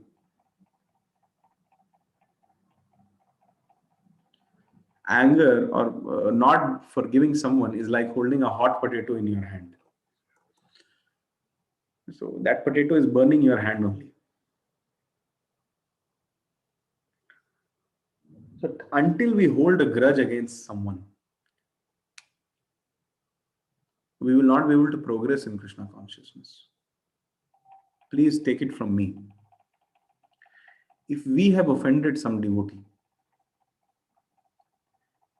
then we will not be able to chant properly. Similarly, if we have held grudge against some devotee, then also we will not be able to chant properly. If we really want to come on the platform of Kirtaniya Sadaharihi, na janam, na dhanam, na sundarim, kavitam va jagadisha kamaye. No, this is not the verse. What is that verse? Trinadapi sunichena taro riva sahishnana amanina manadena kirtaniya sadaharihi. The aim of life is to always Kirtaniya Sadahari. The aim of life is to always chant Krishna, the holy names of Krishna. This is only possible when we don't hold grudge against anybody, because that will destroy us internally. It will destroy the gratefulness. And then they'll start developing desires to get a lot of respect from others. Then we'll no longer be humble. With loss of humility, what happens is loss of tolerance. So no humility, no tolerance, desire to get name and fame and prestige, puja, labh, man, pratishtha from others. And when this happens, Kirtaniya Sadahari is not possible. Therefore, the verse says, only a person who is more humble than a blade of grass and more tolerant than a tree and is ready to give all respect to others without expecting any respect for one's own self, only that person can always consistently chant Hare Krishna, Krishna Krishna, Hare Hare, Hare Ram, Ram Ram, Hare Hare. So, we should forgive. Imagine if Krishna stops forgiving. Basically, Sandeep Malakulani Mataji is asking, in this pic, both hands are tied with a chain. What does the chain represent? The chain means like I cannot function fully until I give forgiveness to people. I have to forgive people. If I don't forgive people, I'm limited in my capacity as a devotee or as a capacity as a human being. So, all these saintly personalities, the qualities of the saints, Titikshvaka, Karunika, Sudraha, Suhida Sarvadehanam, Ajat Shatrava Shanta, Sadhava Sadhu Bhushanam. The qualities of a sadhu, what are they? Titikshava, tolerance, Karunika, forgiveness, Suhrida Sarvadehinam, friend to all living entities. Ajat Shatrava, not seeing anyone as their enemy. Shanta, completely peaceful. Sadhava Sadhu Bhushanam. These are the qualities which great sadhus have. Now, this is just the quality of, this is just the reflection of what Krishna is. You grow in the image of the person whom you love. If you love Krishna, you will get these qualities: tolerance, forgiveness, friend of all living entities, not seeing anyone as enemy, completely peaceful. These are qualities of Krishna. Of course, Krishna has these qualities in inconceivable capacity. We will have in infinitesimal capacity, but we will have. And forgiveness, karunika, is the major quality of a saint. No saint, no person can be called as a saint or of saintly conduct if they do not know how to forgive. In fact, they cannot be peace, they cannot be shanta, they cannot be peaceful without forgiving. So one should learn to forgive. This is a divine quality. And lastly, cleanliness. There are three types of cleanliness. Again, somebody will ask why Hanuman's picture is here. I don't know. While making the PPT, what I was thinking. Sometimes I also forget. Okay, three types of cleanliness. External body, external cleanliness, internal cleanliness, dealings. External cleanliness means body and surroundings. I had a friend who did not have bath for 30 days. And he went into so much ignorance that he was not even realizing what was wrong with him. So cleanliness is very important. How do you feel when you have a bath, especially early in the morning? Those who have bath in Brahma Muhurta. I'm practicing from around 5 years now to every day have bath between 3:30 to 4 a.m. in the morning. That too with cold water. Not cold water, with water at room temperature. Ask me how it feels to have a bath every day in the morning. It is undescribable. If I will not have a bath, I will go crazy. Our tapasya, we cannot do tapasya of 60,000 years, meditation and this and that. Our tapasya is get up in the morning, have bath. This is our tapasya. So we are doing that, and everybody should do that. Body should be clean. The more cleanliness you will practice, the more orderly we will become in our life. Similarly, our surroundings should be clean. I have a cupboard here. Sometimes, I just keep some things like that without proper consciousness of things, where it should be kept. And then I have experienced that it drives me into the mode of ignorance. If the surroundings are not clean, if things are not taken and placed back in their proper position, then the consciousness gets affected very, very badly. And the unruly and the unorderly surroundings which we have, it has already brought us so much in the mode of ignorance that we do not even realize that. And then mode of ignorance means one will not be able to follow the regulative principles also, one will not be able to chant also, one will not be able to, so many problems will come. So external body should be clean. Similarly, internal mind and consciousness should also be clean. So for externals, there are some people who only clean themselves externally, but internal cleanliness is very important. However, when you go in the Brahma Muhurta and when you have bath with room temperature water in all seasons, and while having bath, you are chanting Om Apavitro Pavitro Va Sarvavastham Gato Piva Yasmaret Pundari Kaksha Sabahya Abhyandara Shuchihi. That is called Mantra Sthan. while having bath. Ideally, you should have bath in Ganga every day. But if you cannot go to Ganga, then my Guru Maharaj has taught me a trick. He said that simply calling out the name of Ganga 3 times in the Brahma Muhurat invokes the presence of Ganga. So you have to say Ganga, Ganga, Ganga, and then you have to have bath. So it's like having bath in Ganga. And then while having bath, if you can recite some shlokas, if you can recite some purification mantras, then both the external body as well as the internal consciousness is getting purified. And to further purify the consciousness, to come on a transcendental platform, you have to chant Hare Krishna, Krishna Krishna, Hare Hare, Hare Ram, Ram Ram, Hare Hare. This is so powerful, especially when done in Brahma Muhurta. It is unimaginable. And lastly, dealings, words and deeds. Some people say something, they do something else. उनकी कथनी और करनी में अंतर होता है. So that should not happen. If we do what we say, and if we say only those things which we are doing, then at heart we will remain simple. And simple people are very attractive to Krishna. And cleanliness is next to godliness. Have you ever seen a photo of Krishna where he's not very clean? Cleanliness is next to godliness. Cleanliness is a divine quality. People are in illusion when they think that without being clean, it is okay to survive. That is not survival. That is animal behavior, animal life. Because animals are never clean. You know, you go near any animal, they'll be stinking. Nowadays, these things such as deodorants have come out. People don't have bath. They just they put the deodorant and then they go. This is all demoniac culture. One day when I was a small child, of course, as a child, I was not Krishna conscious fully. But my mother used to throw me into the bathroom every day to have bath.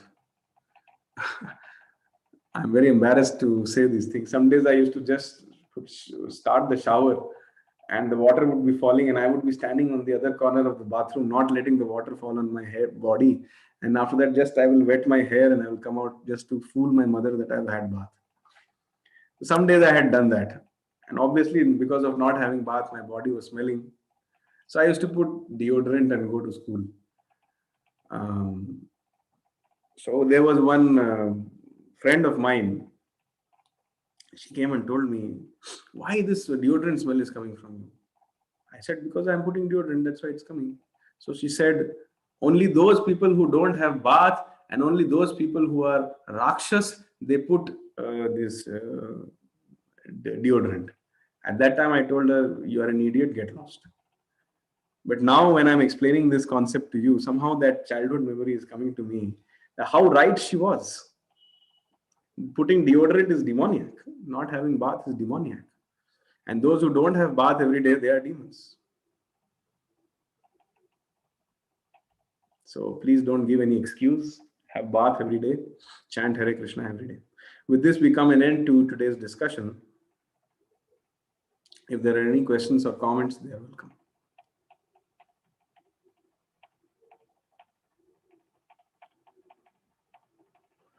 Okay, so if there are no questions and comments, then we will start the most awaited activity, which will make us thoroughly clean, and that is our chanting.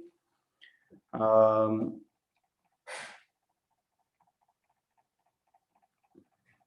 demoniac qualities will not be discussed next session. Next session, we will have a special session on Lord Nityananda, hopefully. And 25th February is Nityananda Trayodashi. Narottam Das Thakur says, Je sambandh nahi jar, britha janma gelo tar, sei poshu boro durachar. Narottam Das Thakur says, one who has not developed a relationship with Lord Nityananda, his human form of life has gone wasted, and such a person is a thoroughly degraded animal. He says like that. So please take this opportunity to understand who is Lord Nityananda by attending the various sessions which I will give next week, and also in the weekdays I'll try to give. And please celebrate this Nityananda Triyodashi very nicely, followed by Gaur Purnima, which is 28th March, I think, if I'm not wrong. Yes, 28th March is Gaur Purnima. So I will try to tell you as much as it is possible in limited time about Gauranga and Nityananda. And after that, next to next session, we will take demoniac qualities. Now we will chant one round. I'll request all of you to kindly become visible and let's chant Hare Krishna. Namo Vishnupadaya Krishna Pristhaya Bhutale Srimate Bhaktivedanta Swaminiti Namine Namaste Saraswata Deve Gauravani Pracharine Nirvishesha Shunyavadi Paschat Deshatarine Jai Shri Krishna Chaitanya Prabhu Nityananda Shri Advaita Gadadhara Shri Vasadi Gaura Bhaktivrinda Hare Krishna Krishna Krishna Hare Hare Hare Ram Ram Ram Hare Hare Krishna Krishna Krishna Hare Hare Hare Ram Ram Hare Hare Krishna Krishna Hare Hare Hare Ram Ram Hare Hare Krishna Krishna Hare Hare Ram Ram Hare Hare Krishna Krishna Hare Hare Hare Ram Hare Hare Krishna Krishna Hare Hare Hare Ram Ram Hare Hare Hare Krishna Krishna Hare Hare Hare Ram Hare Hare Krishna Krishna Hare Hare Hare Ram Hare Hare Krishna Krishna Hare Hare Hare Ram Hare Hare Krishna Krishna Hare Hare Hare Ram Hare Hare Krishna Krishna Hare Hare Hare Ram Hare Hare Krishna Krishna Hare Hare Hare Ram Hare Hare Hare Krishna Krishna Hare Hare Hare Ram Hare Hare Krishna Krishna Hare Hare Hare Ram Hare Hare Krishna Krishna Hare Hare Hare Ram Hare Hare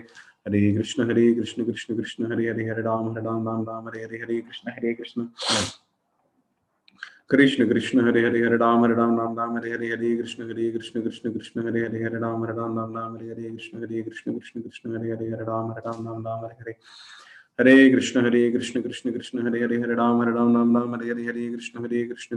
Hare Hare Hare Ram Hare Hare Krishna Krishna Hare Hare Hare Ram Hare Hare Krishna Krishna Hare Hare Hare Ram Hare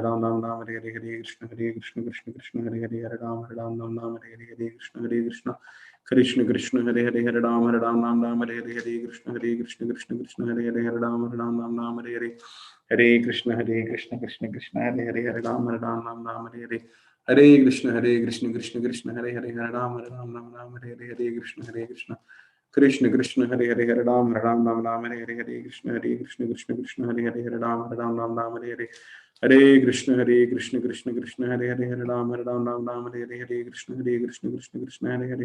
Ram Hare Hare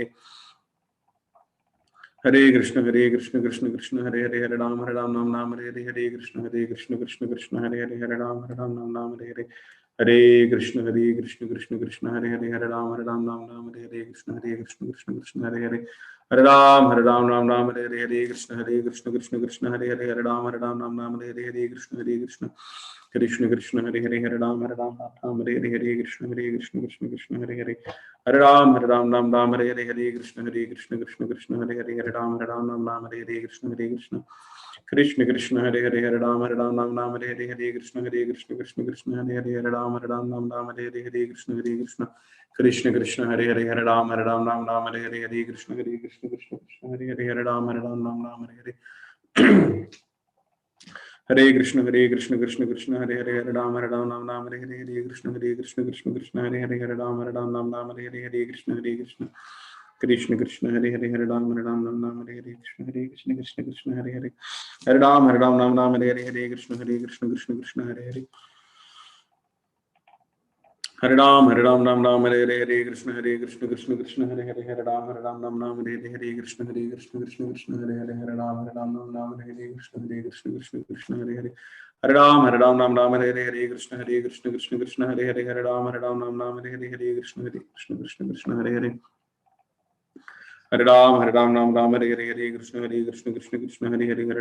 Krishna Hare Hare Hare Ram Hare Hare Krishna Hare Hare Hare Ram Hare Hare Krishna Hare Hare Hare Ram Hare Hare Krishna Hare Hare Hare Ram Hare Hare Krishna Hare Hare Hare Ram Hare Hare Krishna Hare Hare Hare Ram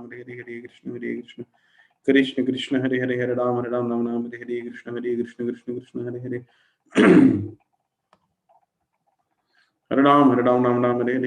Hare Krishna Hare Hare Hare Ram Hare Krishna Krishna Krishna Hare Hare Hare Ram Ram Ram Hare Hare Krishna Krishna Krishna Hare Hare Hare Ram Ram Hare Hare Krishna Krishna Krishna Hare Hare Hare Ram Ram Hare Hare Krishna Krishna Hare Hare Ram Ram Hare Hare Hare Krishna Krishna Hare Hare Hare Ram Ram Hare Hare Krishna Krishna Hare Hare Hare Ram Ram Hare Hare Krishna Krishna Hare Hare Hare Ram Ram Hare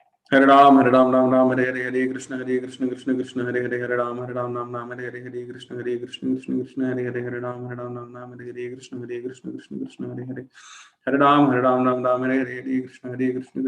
Hare Hare Hare Ram Ram Hare Hare Krishna Hare Hare Hare Ram Ram Hare Hare Krishna Hare Hare Hare Ram Hare Hare Krishna Krishna Hare Hare Hare Ram Ram Hare Hare Krishna Krishna Hare Hare Hare Ram Hare Hare Krishna Krishna Hare Hare Hare Ram Hare Hare Krishna Hare Krishna Krishna Hare Hare Hare Ram Hare Hare Krishna Krishna Hare Hare Hare Ram Hare Hare Krishna Krishna Hare Hare Hare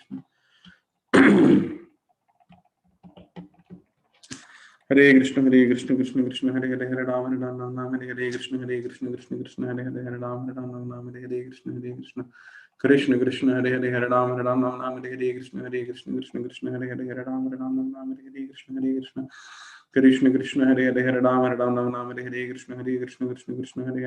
Krishna Krishna Hare Hare Hare Ram Hare Hare Krishna Krishna Hare Hare Hare Ram Hare Hare Krishna Krishna Hare Hare Hare Ram Hare Hare Krishna Hare Hare Hare Ram Hare Hare Krishna Krishna Hare Hare Hare Ram Hare Hare Krishna Hare Hare Hare Ram Hare Hare Krishna Krishna Hare Hare Hare Ram Hare Hare Krishna Hare Hare Hare Ram Hare Hare Krishna Hare Hare Hare Ram Hare Hare Hare Krishna Krishna Hare Hare Hare Ram Hare Hare Krishna Hare Hare Hare Ram Hare Hare Krishna Krishna Hare Hare Hare Ram Hare Hare Krishna Krishna Hare Hare Hare Ram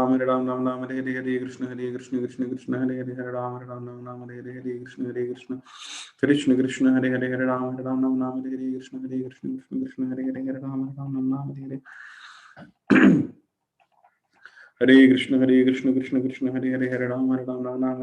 Krishna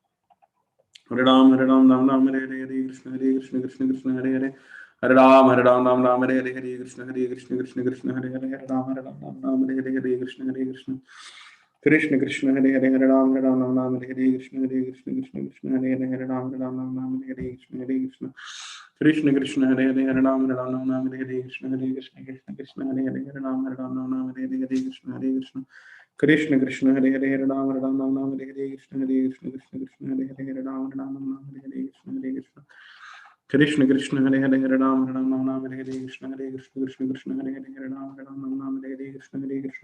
Krishna Krishna Hare Hare Hare Ram Hare Hare Krishna Hare Hare Hare Ram Hare Hare Krishna Hare Hare Hare Ram Hare Hare Krishna Hare Hare Hare Ram Hare Hare Krishna Hare Hare Hare Ram Hare Hare Krishna Hare Hare Ram Hare Hare Krishna Hare Hare Hare Ram Hare Hare Hare Krishna Krishna Hare Hare Hare Ram Hare Hare Krishna Hare Hare Hare Ram Hare Hare Jai Shri Krishna Chaitanya Prabhu Nityananda Shri Advaita Gadadhar Srivasadi Gaura Bhaktivinoda Hare Krishna Krishna Krishna Hare Hare Hare Ram Ram Ram Hare Hare.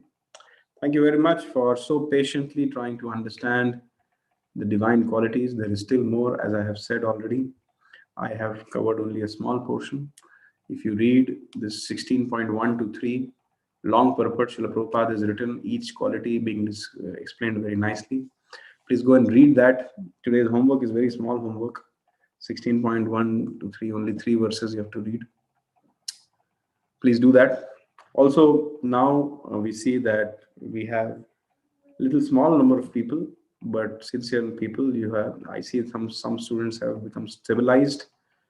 They are regularly attending the sessions. So I think now it's the right time to make different groups, smaller groups, so that we can give more attention. I think I will close down those many WhatsApp groups which are there, and we'll make smaller groups and we'll try to give individual attention. I'll try to do that. I've been saying that I'll do that, but I'll try to do that this week.